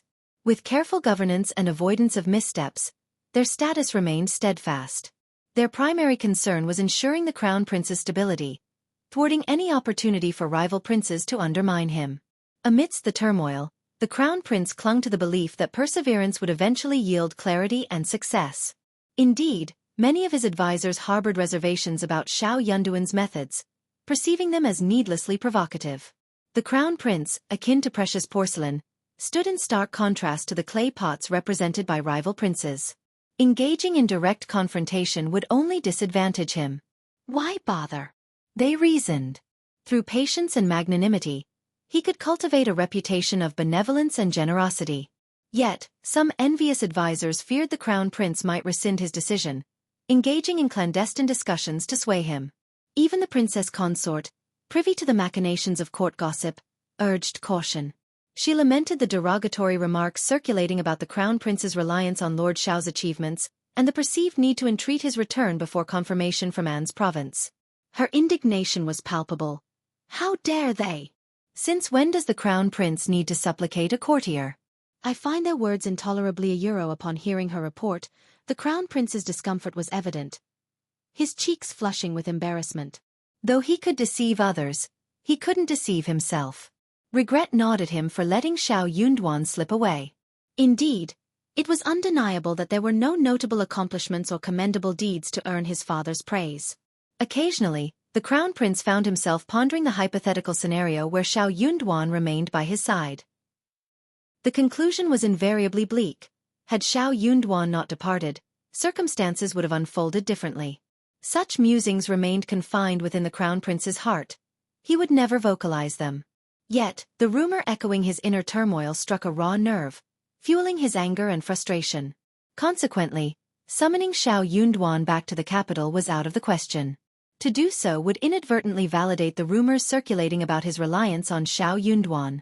Observing the Crown Prince's inaction, the fourth prince, initially prepared for resistance, found his hopes unexpectedly realized.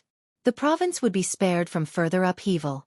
However, this perceived acquiescence only served to deepen their disdain for the Crown Prince. They deemed him lacking in courage and conviction. How could someone so indecisive and timid be fit to lead the realm? Even the emperor, anticipating a different course of action, was taken aback by the Crown Prince's passivity, expecting him to request Xiao Yunduan's return to the capital. Chapter 1931. Crown Prince's awkwardness. Unexpectedly, despite ample opportunities, the crown prince remained silent on the matter. Emperor Xian shook his head in bewilderment, unable to fathom the crown prince's motives. Ultimately, he decided not to interfere. If the crown prince had no inclination to act, so be it. After all, the court boasted many talents, rendering Xiao Yunduan's return inconsequential in Emperor Xian's eyes. As a mere courtier, Xiao Yunduan could continue his service outside the capital for a while longer. While the crown prince stayed mum, the fourth prince seized the opportunity to advocate for Xiao Yunduan's recognition as the prefect of An's province, triggering an instantaneous reaction akin to dropping a drop of water into a pot of boiling oil. Courtiers instinctively turned their gaze towards the crown prince. Even Emperor Xian cast a sidelong glance in his direction. The crown prince's body tensed, his cheeks flushing with heat. Only through sheer self-discipline and inner fortitude did he manage to suppress his embarrassment. How could it not be awkward? Xiao Yunduan's unwavering loyalty and service to him were common knowledge throughout the court. Xiao Yunduan's significant contribution to combating the bandits was brought to attention by the fourth Prince Yuro, a move that felt like a direct affront to the crown prince. Regardless of the fourth prince's sincerity, his actions had undeniably stung the crown prince. Suppressing his simmering anger, the crown prince forced a smile. Indeed, fourth brother is correct. Lord Xiao's efforts have been invaluable in quelling the turmoil. He truly deserves recognition. Absolutely, the fourth prince chimed in, radiating satisfaction. Father, Lord Xiao's achievements at such a young age demonstrate his exceptional talent. It appears his decision to depart the capital was wise. With a few more years of experience and stability, he'll undoubtedly become a cornerstone of our empire's future. Therefore, not only should we reward him, but we should do so generously. The crown prince's embarrassment deepened, rendering him stiff and speechless. Yesayuro the emperor offered a mysterious smile and nodded approvingly. Both the crown prince and the fourth prince speak wisely. Xiao Yunduan's contributions merit recognition. He shall receive 100 taels of gold, a pair of white jade walls, and royal brocade. Furthermore, he shall be appointed as an official to govern a region for the betterment of its people. Do not disappoint me. Implicit in his words was the assurance that Xiao Yunduan would still have an opportunity to return to the capital in due time. With the emperor's endorsement, it seemed inevitable that Xiao Yunduan would achieve remarkable success upon his return to the capital. The fourth prince, acknowledging the emperor's wisdom, offered his respectful acquiescence, followed by the crown prince echoing the sentiment. After the court adjourned, officials from the Ministry of Personnel and the Ministry of Political Affairs busied themselves drafting the decree, assembling rewards, and deliberating over who would be dispatched to An's province to deliver the decree. Returning to the crown prince's residence, the crown prince could no longer contain his frustration. The fourth prince's actions were despicable. The visceral disgust lingered within him, no longer needing suppression in private. His face flushed with heat as he recalled the scrutiny directed at him when the fourth prince broached the matter. Slamming his palm against the table, he ground his teeth in frustration. Similarly, the advisors in the Eastern Palace seethed with envy and boredom. Already envious of Xiao Yunduan, their jealousy intensified further.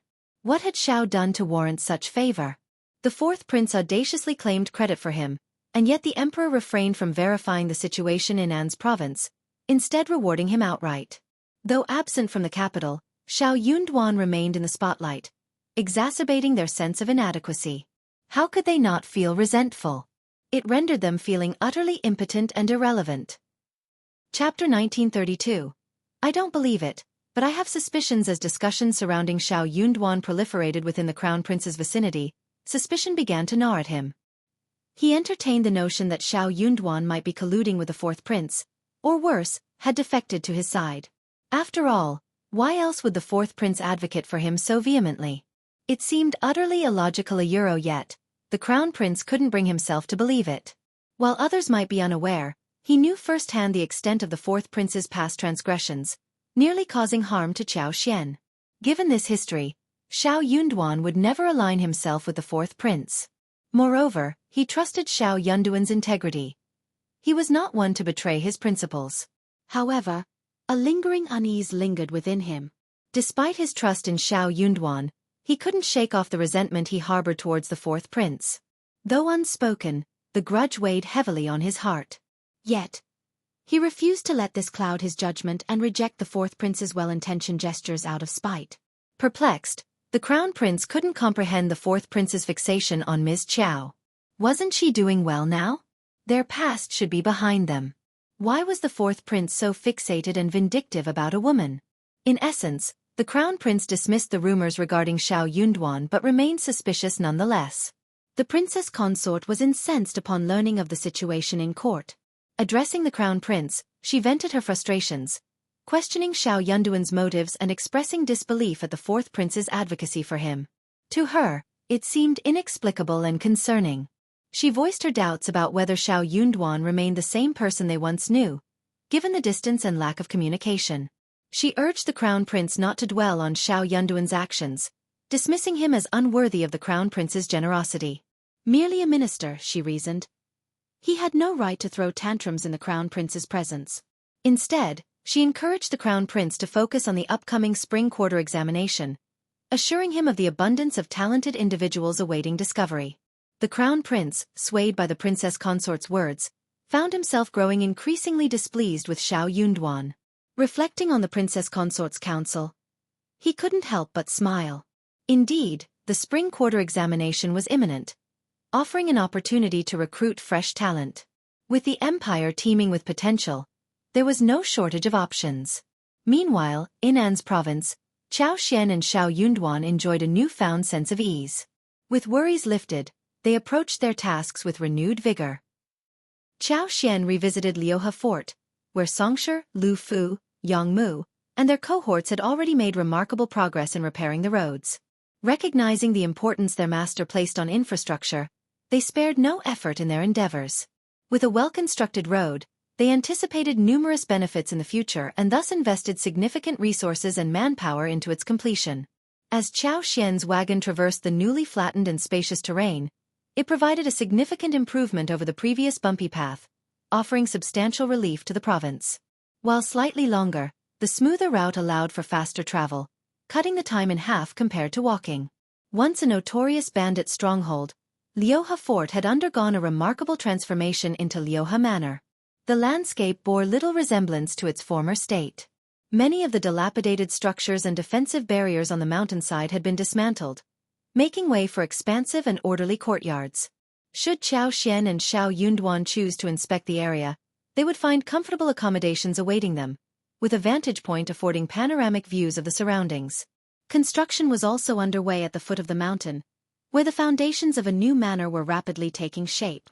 Various essential facilities were being erected, including servants' quarters, warehouses, tool sheds, and storage yards. Additionally, specialized spaces for handling and drying medicinal herbs were being established, along with a transparent workshop dedicated to herbal processing. Chapter 1933. Modifying Liuhe Fort. Xianxia even enlisted someone to dig a canal and create a stream encircling it. Plans for future development included the excavation and construction of several pools for washing purposes. Simultaneously, efforts were underway to explore the surrounding wasteland. Duck and chicken farms were also in the works. Following Chao Xian's blueprint, 4 shallow ponds, each spanning about 10 mu, were carved into the valley of the duck farm. A complex network of meandering ditches and waterways interconnected, while various aquatic plants were transplanted during the onset of spring to serve as breeding grounds for the ducks. The bustling activity painted a vibrant scene. Over 600 individuals were engaged in various tasks, effectively absorbing surplus labor from nearby villages and towns. Xianxia, Lu Fu, and Jianghu tirelessly oversaw operations day in and day out. Despite having a few capable assistant stewards, decisions still rested heavily on their shoulders. Even Mian Mian lent a helping hand frequently. Chao Xian had already instructed Yuezhing Xiao to procure assorted seeds and prepare fruit trees for planting. Gradually, the landscape transformed in accordance with Chao Xian's vision. Her satisfaction seemed to foreshadow a prosperous future. Workers understood the significance of their labor and envisioned the potential of the area. Conversations buzzed with praise and envy for the promising future that lay ahead. They had seen landlords' manors before, but never had they witnessed one with such an enticing layout that stirred envy and longing. Chickens and ducks roamed freely amidst scattered medicinal herbs, while clear canals and streams meandered throughout the grounds. Fruit trees adorned every corner. How vibrant it would be! The local farmers who arrived for work couldn't help but be drawn in by the sight. Their curiosity piqued. Following discussions at home, Madame Xiao ensured they were generously compensated, never failing to deliver on payment. The Xiao family stewards overseeing the work fostered a friendly atmosphere, devoid of harsh reprimands or condescension. Madame Xiao's integrity was unquestionable. Given Madame Xiao's assurances, it seemed sensible to cultivate herbs at home. With guidance from Madame Xiao's staff, managing them wouldn't be a hassle. Selling the herbs back to her could potentially yield some profit. Though only a fraction of the village population entertained such thoughts, it proved sufficient. Those who shared similar aspirations convened and sought out Xianxia. To his surprise, he found himself apprehensive about the situation. This endeavor was entrusted to him by Madame. If people sought him out, it would align perfectly with his objectives. With conviction, he reassured them that Madame's promises were ironclad. How could Madame deceive them? However, if he aimed to cultivate a substantial quantity of these medicinal herbs for profit, he would need to allocate at least 2 mu of land. During that period, seeds could be procured from Madame at a discounted rate, making it a cost-effective endeavor. In the initial year, Madame showed willingness to support their efforts and lead them towards prosperity. Seed prices remained relatively low, though it was uncertain whether they would match market rates in the Futuria euro. In truth, Xiao could easily provide the seeds for free. Yet, items obtained free of charge often lacked appreciation and were sometimes regarded with disdain. There might even be individuals who acquired the seeds without genuine intent to cultivate them. Furthermore, if one couldn't even muster the willingness to pay for the seeds, it called into question their commitment to the endeavor. The likelihood of neglecting the cultivation process increased significantly. Chapter 1934. Hunting in the mountains. As expected, upon learning that they would need to purchase the seeds with their own funds, many individuals hesitated once again. Indeed, the cost was not exorbitant. Their families could afford it. Yet, what if the endeavor didn't yield profits? Numerous medicinal herbs required 2 or even 3 years to mature. If the venture proved unprofitable, wouldn't it be a waste? Though the expense wasn't significant, it was still money. Ultimately, only a handful of people were genuinely willing to commit to planting 2 or 3 mu of medicinal herbs and register with Xianxia. On average, there were merely 2 or 3 families per village willing to participate. The largest village boasted 5 families, while some had none at all. As Xianxia prepared to relay the outcome to Xiao, she greeted him with a smile and a nod. Just as I anticipated, the number of participants is sufficient. Keep track of the list, and remember to provide me with updates. Relieved that he wasn't reprimanded, Xianxia readily agreed. Come early December, with favorable weather prevailing, Xiaoxian's long-awaited desire was finally realized. Xiao Yunduan seized the opportunity to venture into the mountains for a hunt, accompanied by Yi, Zhang, Wu Guan, Mian, Li Xia, while Sun Bai, Sun Qian, and Hang Xingshan remained behind to safeguard the state office. Anan was still too young to accompany them into the mountains. Before dawn, the group of nearly 20 individuals mounted their horses and set out. Their destination this time was Meili Town, situated over 60 miles away from An's prefecture city. The surrounding mountains boasted expansive stretches, with verdant valleys and lush forests teeming with wild Lifia euro, their prime hunting grounds. Given the expedition, they naturally opted for the finest location available. Furthermore, Xiao Yunduan hadn't had the chance to visit An's province since his arrival, making it an opportune moment for him to observe the local populace. Disguised as ordinary merchants and affluent families, the journey proved arduous, taking over an hour and a half to traverse the rugged terrain to reach Meili Town. The Taoli Ridge region they intended to explore was still another hour away from Meili Town. After indulging in breakfast at Meili Town, they pressed onward. Before venturing into Taoli Ridge, they left the carriage and horses at the land officer's residence in the nearest village, opting to spend the night there. Half a day had elapsed by this point, rendering it impractical to delve into the mountains. With winter prevailing, spending the night in the deep forests and rugged terrain was out of the question. Safety concerns aside, the biting cold could prove fatal. They could only spend the night and embark on their mountain expedition early the next morning. After settling in, Xiao and Xiao Yunduan took a stroll around the village. Despite the abundance of mountains and scarcity of fields in An's province, the scenery was truly captivating. Even within this modest village, there were sights that ignited one's senses. The mountains echoed with the calls of cuckoos, and wild cherry trees dotted the landscape. Though currently barren, one could envision the breathtaking beauty that awaited with the arrival of spring, when verdant hills and flowing rivers would come to life. Following a restful night at the land officer's residence, save for missing Anan, everything proceeded smoothly.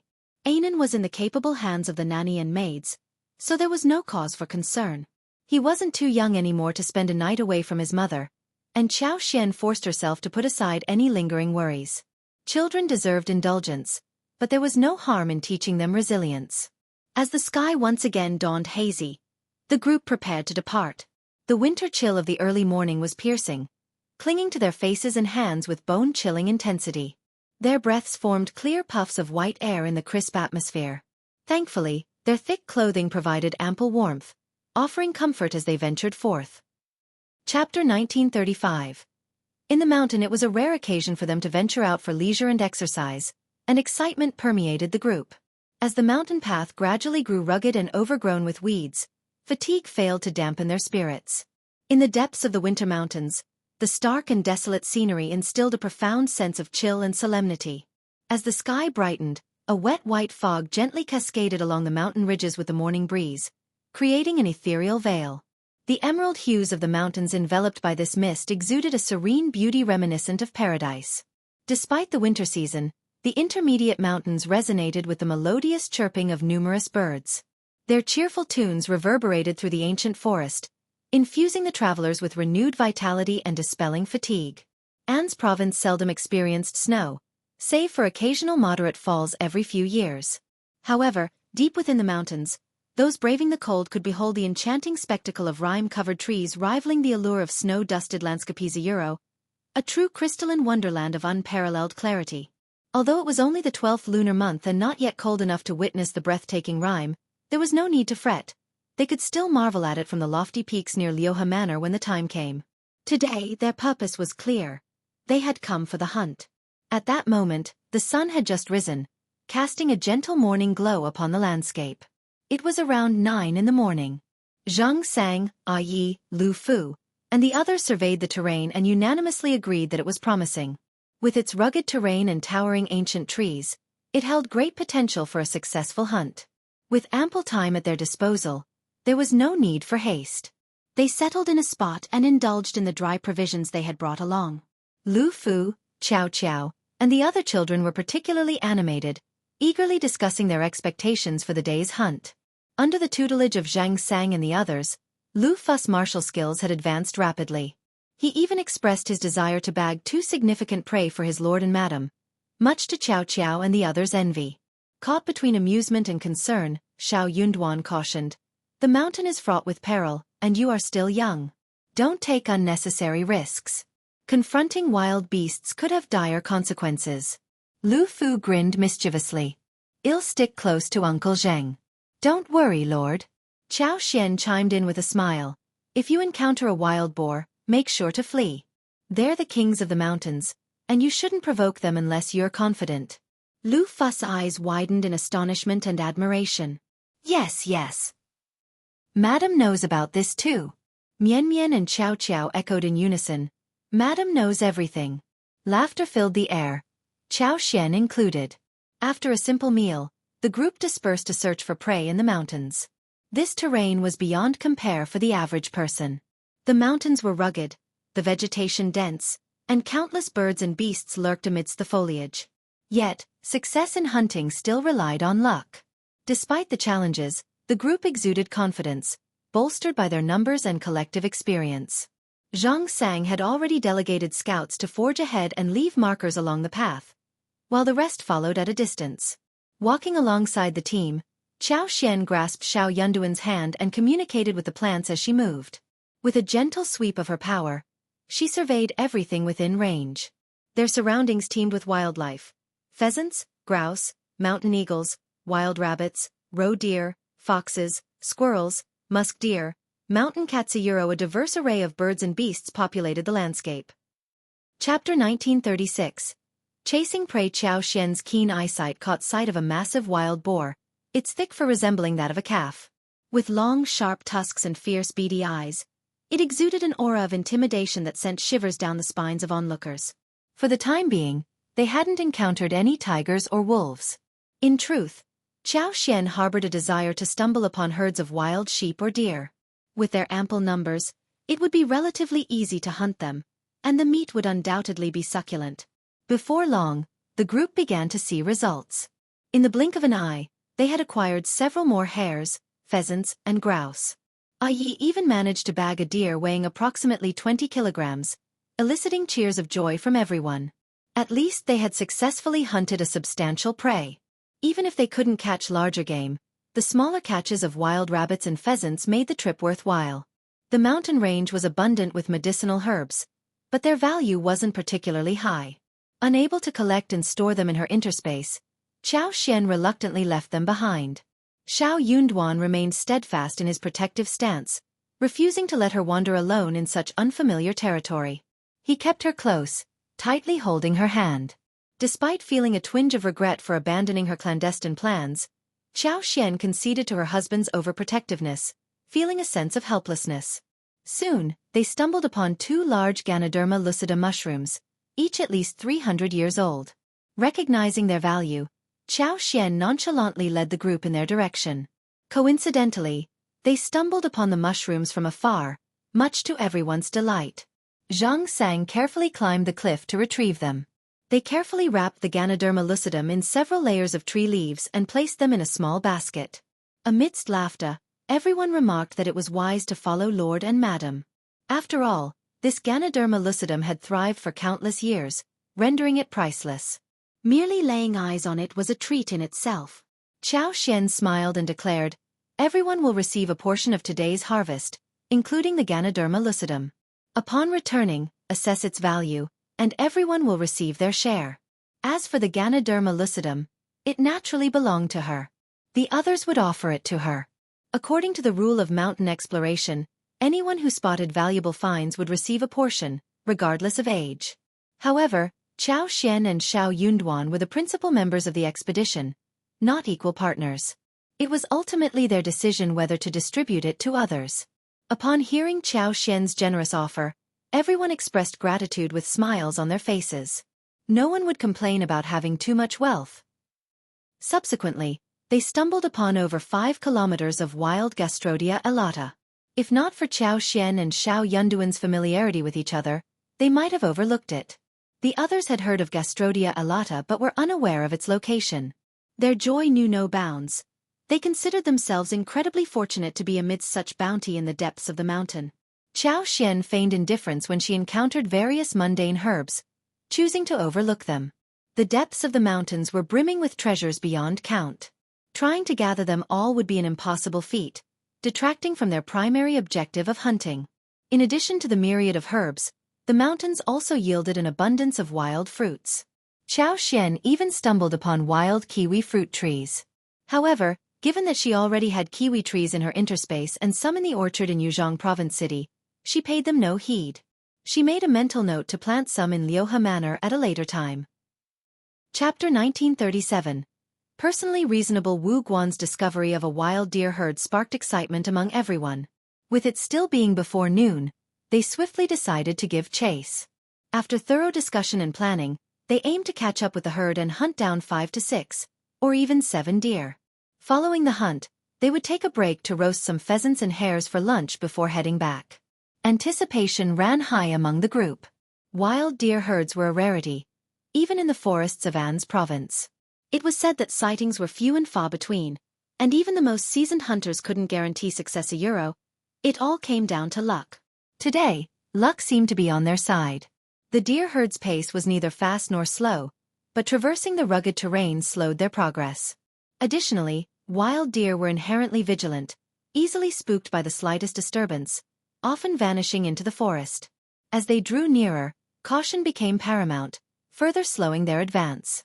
Unbeknownst to them, more than 2 hours had elapsed, yet they still struggled to approach the deer herd, which remained nearly 1,000 meters away. They were wary of making too much noise, fearing it would startle the deer herd and lead to a missed opportunity, a significant loss for the day. Despite their mounting anxiety, they refrained from acting impulsively, determined not to abandon the chase. Hour after hour passed, their pursuit relentless. As the sun crept past noon, Xianxia glanced skyward, noting the time. Continuing the chase at this hour was ill-advised. Nightfall in the winter mountain forest approached swiftly, accompanied by plummeting temperatures. Failing to exit the mountain before nightfall posed considerable danger. While he, as their leader, could endure such conditions, considering Lord, Madam, and their accompanying maidservants, it was another matter entirely. Their endurance had been commendable thus far, but it was evident that their physical fitness wasn't suited for traveling after dark. Lord, Madam, perhaps the two of you should remain here with a few others. Well, continue the chase. If we haven't caught up within half an hour, well, return. It's getting late, and we should prepare to leave the mountain, Xianxia suggested in a hushed tone to Qiao Xian and Xiao Yunduan. Xiao Yunduan found merit in the suggestion. Considering their successful day, he assumed his wife would be content. Turning to Qiao Xian, he inquired, "What do you think, my dear?" "I believe we should prepare to depart before darkness falls." Qiao Xian hesitated momentarily before asserting, "Let's press on. We've come this far, and it would be a shame to lose sight of them now. If nightfall overtakes us, we can spend the night in the mountains, seeking shelter from the wind. With our numbers, building a bonfire would be simple, and the night would pass quickly. And if luck is on our side, we may stumble upon a spacious cave, alleviating any concerns." Indeed, they had recently spotted a sizable cave, offering a promising refuge. Additionally, anticipating potential mishaps, they had brought extra shoes and thick clothing, ample for an overnight stay. Xiao Yunduan's expression was indecipherable, but Qiao Xian's reasoning held weight, though she refrained from elaborating further. Regardless, finding a suitable cave for the night was assuredly within reach. Chapter 1938. A good place like a paradise. Although spending the night in the mountains posed risks, it wasn't insurmountable. The group was numerous and well prepared, instilling confidence in facing any potential dangers, including ferocious beasts. Despite the chilly night temperatures, finding a suitable cave could alleviate the discomfort. Initially, Xiao Yunduan disagreed, but he eventually acquiesced to his wife Qiao Xian's persistence. As they relentlessly pursued the deer herd, their enthusiasm remained high, overshadowing any apprehensions about spending the night in the mountains.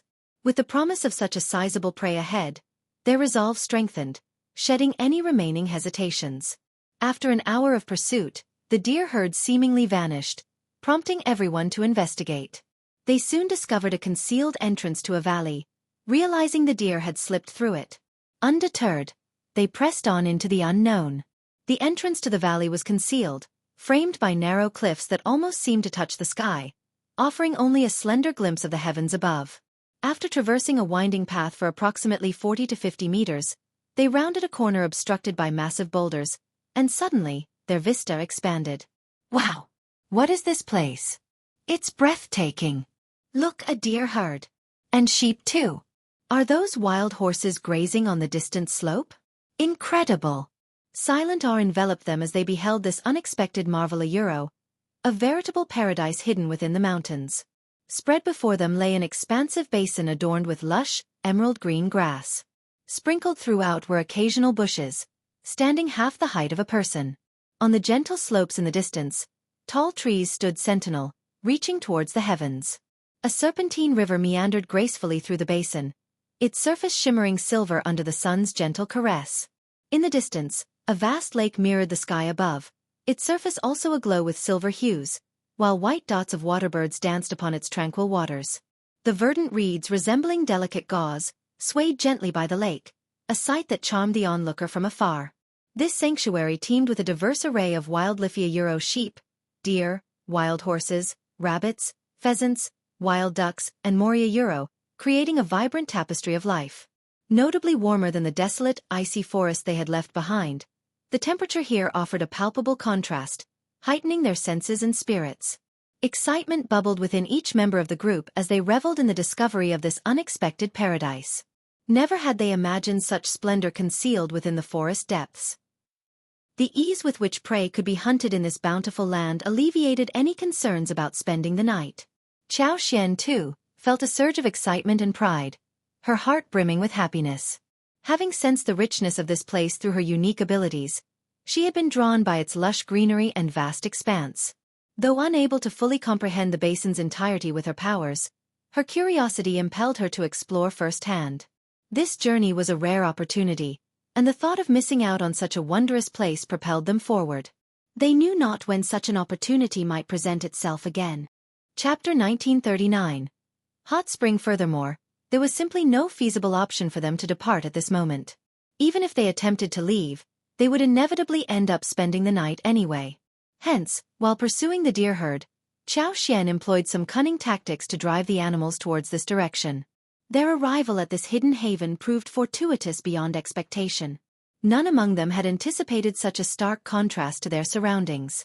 Intrigued by the uncharacteristic warmth of the area, they speculated that the terrain played a significant role. Shielded by the four peaks, the biting cold winds were thwarted, while ample water nourished the lush vegetation, creating a microclimate noticeably warmer than the outside.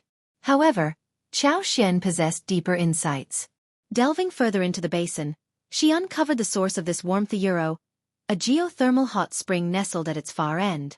At that moment, steam rose from the bubbling waters of over 10 hot springs of varying sizes, enveloping the surroundings in a misty veil. Surrounded by towering mountains and bolstered by the geothermal activity of the hot springs, the basin thrived with flourishing aquatic life, its temperature elevated beyond that of the external environment. Unbeknownst to them, they were now nearly 20 miles deep into the basin, their attention captivated by their surroundings. With knowledge of the hot springs' location, Xianxia expressed her curiosity, suggesting they follow the river to uncover its source. Her smile was infectious, prompting unanimous agreement from the group. Enthralled by the beauty of their discovery, they eagerly embarked on this new adventure, hopeful for further surprises. Though the deer herd had eluded them, the abundance of wildlife in the area assured them of potential quarry for the morning ambush by the water's edge. Yet, in this moment, urgency faded away. They strolled leisurely, the path now accommodating and pleasant.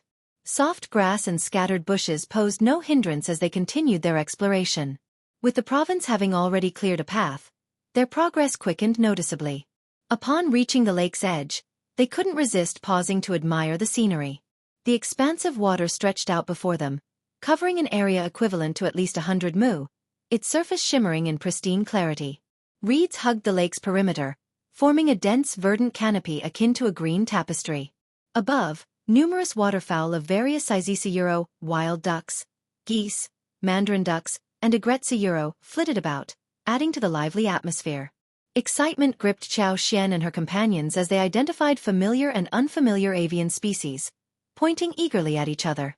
"Look at that plump wild duck. It'll make for a delicious meal. I'll aim for 2. And that goose, it's massive. It's a shame we don't have nets. There must be plenty of fish and shrimp in this lake. Well, bring them next time. We can fashion bamboo rafts with bamboo wood and rope."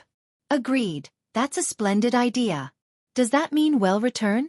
inquired one of the group members, eyes fixed on Xianxia and Xiao Yunduan. Xiao Yunduan grinned knowingly, anticipating his wife's response. Without hesitation, Xianxia returned the smile. "Absolutely. Why wouldn't we revisit such a splendid spot? But let's keep it among ourselves. No need to share this gem with anyone else. Once we're out of here, remember mum's the word. If word spreads, it won't remain our secret sanctuary," she cautioned, garnering nods of agreement from the group. Xiao Yunduan reiterated sternly, "You heard her. This stays between us. No one else needs to know about this place." Chapter 1940. Good place. Zhang Sang's heart skipped a beat. "Lord, madam, rest assured. We understand the significance of this place and your intentions for it. We won't breathe a word of it to anyone." Initially, some members of the group hadn't grasped the gravity of the situation. However, upon Zhang Sang's reminder, they swiftly recognized the importance of secrecy and pledged their commitment to it. Xiao Yunduan nodded approvingly. "As long as you keep that promise." While initially unsure of their plans, Xiao Yunduan couldn't ignore the potential of such a remarkable locale. It would be a waste not to capitalize on its possibilities. Xianxia's vision was clear and concise: developing the area into a ranch.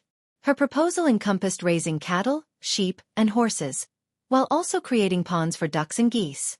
The prospect was tantalizingly promising.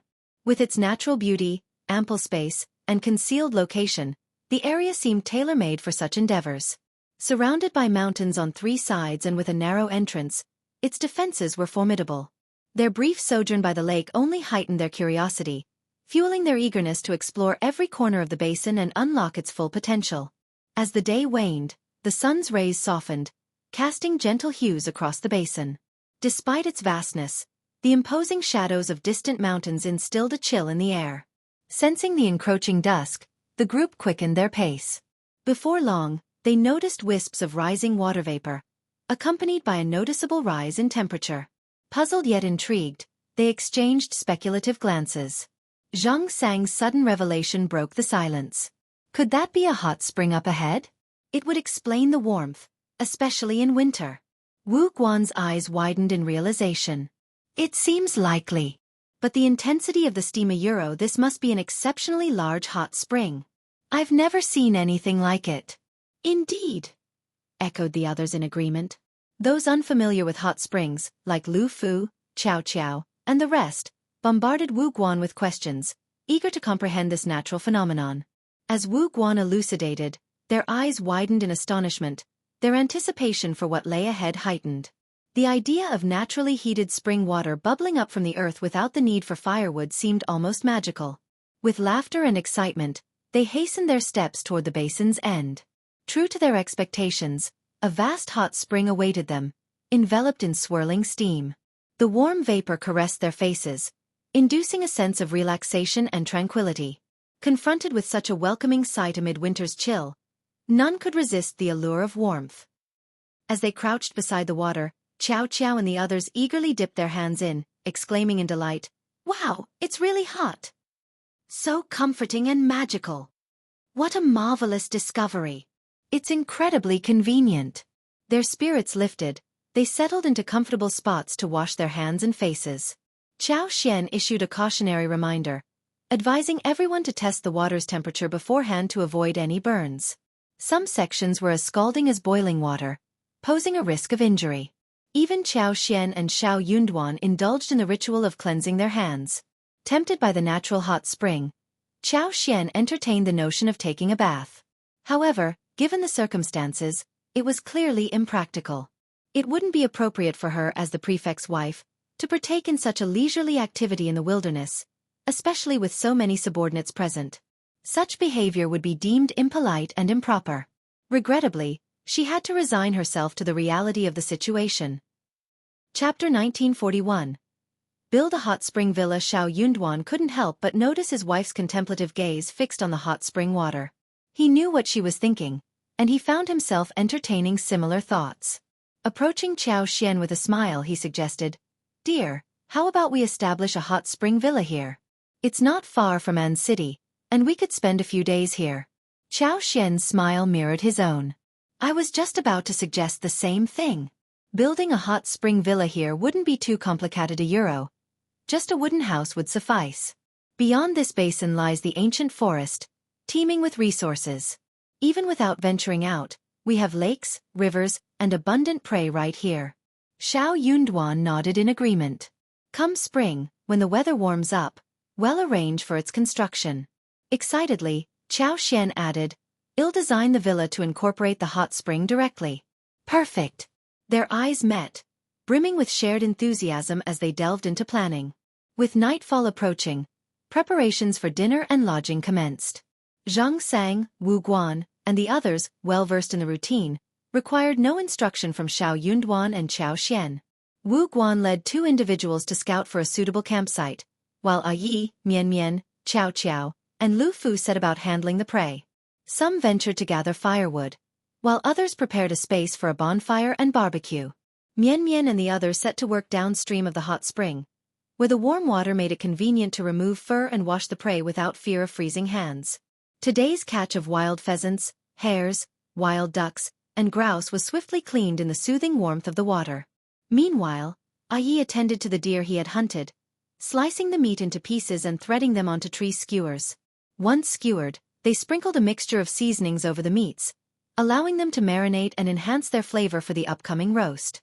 The abundance of trees on the hillside provided an ample supply of dead branches, easily gathered for firewood. Returning with their finds, the group wasted no time in starting fires. With nearly 20 people present, 2 fires were lit, ensuring everyone could partake in the cooking process. As the flames crackled and danced, each person took charge of roasting their own skewered meat. Mian Mian and Xiao Xiao, aware of Xiao Xian's preference for chicken wings, thoughtfully skewered 3 pairs for her. They also prepared marinated wild duck legs, wild chicken legs, and succulent skewers of deer suet. Knowing Xiao Xian and Xiao Yunduan might not finish them all, they ensured there was plenty to share with the group. Once the meat was roasted to perfection, Wu Guan and the others, who had ventured off to scout for a suitable campsite, returned. Their faces were alight with smiles, their excitement palpable. It was evident they had secured a favorable spot for the night. "Thanks to Lord and Madam," Wu Guan began, "we stumbled upon a cave atop a nearby hill. Upon inspection, we found it spacious and dry. Let's make camp there and light a fire at the entrance for warmth." His announcement elicited cheers of gratitude from the group. "Indeed, thanks to Lord and Madam, we have a comfortable place to rest tonight." "No worries at all." Xiao Xian and Xiao Yunduan exchanged amused glances. They couldn't help but find the situation amusing. After all, they hadn't been the ones to discover the cave. Chapter 1942. Spending the night in the forest with a secure place for the night, the tension dissipated, and an air of relaxation settled over the group. Amidst lively conversation and laughter, the savory aroma of roasted meat wafted through the air, sizzling and crackling as it dripped onto the flames. Flipping the meat and adding seasoning, they continued to roast until the fragrance intensified, enticing all with its mouth-watering appeal. As the last morsels were savored and the sun dipped behind the mountains, they extinguished the bonfire and followed Wu Guan and the others back to the cave, carrying firewood for the night. Navigating the slope proved effortless, and soon they reached the cavern, spacious and dry as promised by Wu Guan's earlier assessment. With discussions underway, arrangements were made for night watch duty. A fire was kindled at the cave entrance, ensuring warmth and security throughout the night. As everyone settled in, Xiao Xian called for Lixia, Mian Mian, and Xiao Xiao to join her and Xiao Yunduan, carving out a space for their small group within the larger gathering. Xiao Xian nestled against Xiao Yunduan's embrace, engaging in quiet conversation with Mian Mian before succumbing to fatigue. Today had been particularly taxing, and the excitement only added to her weariness. Cradled in her husband's arms, she felt a profound sense of security, drifting into slumber almost effortlessly. She stirred occasionally throughout the night, not due to the cold but rather the simplicity of their accommodations in the cave. As dawn broke, Xiao Xian roused from her rest, greeted by the sight of the brightening sky. A smile graced her lips as she met Xiao Yunduan's gaze, exchanging silent understanding. "It's already dawn so soon," she remarked. Xiao Yunduan returned her smile. "Indeed. Unlike home, we can rise with the sun here." Xiao Xian chuckled as she noticed the absence of others in the cavern. "Seems like everyone has already departed," she observed, a hint of bemusement in her tone. Their departure had been so discreet that she hadn't even noticed. Xiao Yunduan offered his hand to help Xiao Xian up, and as they exited the cave, she remarked with a smile, "I wonder if Anan slept well last night. He must have missed me. Let's head out now. Maybe we can make it back to An City tonight." Xiao Yunduan replied, "Anan is just a boy, there's no need to fuss. Children sleep well when they're tired, regardless of whether you're with them or not." Xiao Xian shot him a reproachful glance. "He's still young. You shouldn't speak about him so casually. You usually spoil him too." Xiao Yunduan simply smiled in response, saying nothing. As they approached the hot spring's edge, they spotted Mian Mian, Xiao Xiao, and the others laughing and playing in the water. It was their first encounter with the hot spring, and they seemed to be enjoying it immensely. Upon noticing Xiao Xian and Xiao Yunduan's arrival, they eagerly greeted them, ready to share their experiences. After a quick freshening up, Xiao Xian and the group headed to the spot where the bonfire had been roasted the night before. Not long after, Xianxia and the others returned one after another. The atmosphere was filled with jubilation as everyone recounted their gains from the expedition. The prey in this area proved to be exceptionally abundant and delectable. Despite the distant howls of wolves during the night, likely driven over the mountain to hunt, the lush vegetation still attracted numerous herbivores. Xianxia and his companions enjoyed a fruitful morning, resulting in a bountiful harvest of 10 deer, along with 20 to 30 pheasants, hares, wild ducks, and more. For breakfast, they roasted pheasants, wild rabbits, and other small game, savoring the fruits of their labor before preparing to depart. The deer they captured were notably robust, with one weighing in at 80 to 90 catties, and two especially plump specimens tipping the scales at over 100 catties each. Chapter 1943. Returning to the city, more than 10 individuals returned from their excursion, laden not only with the deer they had captured but also with yesterday's harvest of Gastrodia alata and Ganoderma lucidum. Along the journey, they also managed to casually hunt a few wild rabbits and pheasants, returning with a bounty of game. The journey had been considerable, justifying the acquisition of such prey. Despite widespread envy, others could only resign themselves to this reality. By noon, the returning party reached the village where they had been staying. Deer hunting in the forest was a rare feat, even for the most seasoned hunters who hesitated to venture too deeply into its depths. The return of Xiao Xian, Xiao Yunduan, and their companions with such a remarkable haul left the entire village in awe. Almost the entirety of the village flocked to the land officer's residence to witness the spectacle. Excited children dashed around exclaiming, "Look at the big deer! Look at the big deer!" They eagerly squeezed in, their envy palpable. One of the village's landlords even inquired if they were willing to sell the deer. However, selling was out of the question. The effort to acquire them had been considerable, and there were only 10 deer to share among them. Only those of notable stature could claim a portion, leaving the rest disappointed. The landlord was eager to purchase a deer by any means possible, but faced with their refusal, could only reluctantly abandon the idea. Ordinarily, a landlord might resort to raising the price or employing threats, but Xiao Xian, Xiao Yunduan, and their companions seemed formidable and not easily swayed. Hence, the landlord dared not provoke them. In a gesture of gratitude, Xiao Xian and the others gifted a pheasant and a wild rabbit to the land officer's family, sharing a modest meal before departing for An's province. Although they had already settled their accommodations with the land officer's family, the added gifts brought joy to their hosts, who bid them farewell with smiles. As night fell, Xiao Xian and company returned to the state office. After freshening up and changing out of their travel-worn attire, Xiao Xian went to check on her son. Children often seek reassurance from their mothers, particularly in the darkness of night. The little girl's muffled cries for "Mom" prompted relief and happiness among Nanny and the others when Xiao Xian arrived. The little guy was so happy that he screamed and threw himself at Xiao Xian, almost falling off the bed. The nanny, Kai Yun, and the others eagerly reached out to embrace him. The little one showed no fear, only giggles. Xiao Xian chuckled, scooping the child into her arms and peppering his face with kisses. "How dare you? My sweetie, do you miss me?" The little girl giggled and snuggled closer to Xiao Xian, her laughter melting Xiao Xian's heart. As Xiao Yunduan approached, he beheld the tender scene of mother and daughter embracing and couldn't help but smile, his eyes soft with affection. The successful hunt brought joy to all. Servants from the east courtyard gathered excitedly, chatting and pointing as they marveled at the sight of the wild deer. Although they couldn't feast on it, the novelty alone was worth the spectacle. The comfort of the lavish bed and soft pillows ensured everyone enjoyed a restful night's sleep. The following day, Xiao Xian made the decision to divide the spoils. She and Xiao Yunduan retained 3 deer, 2 pheasants, 2 wild rabbits, and 2 wild ducks for themselves. Meanwhile, Zhang Sang and Wu Guan divided 4 deer, along with 8 pheasants, wild rabbits, and wild ducks among them.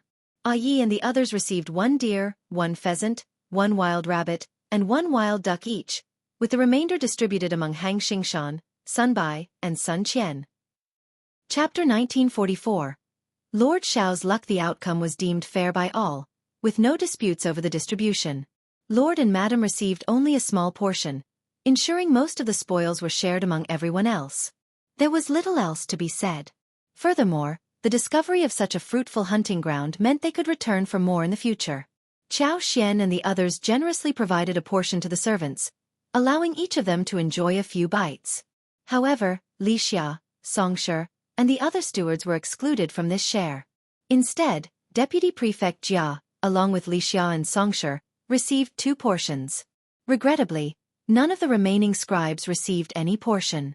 With half of the spoils remaining, Xiao Xian and Xiao Yunduan were left with a manageable amount, aided by the cold weather allowing for preservation of the sutras, pheasants, rabbits, and wild ducks.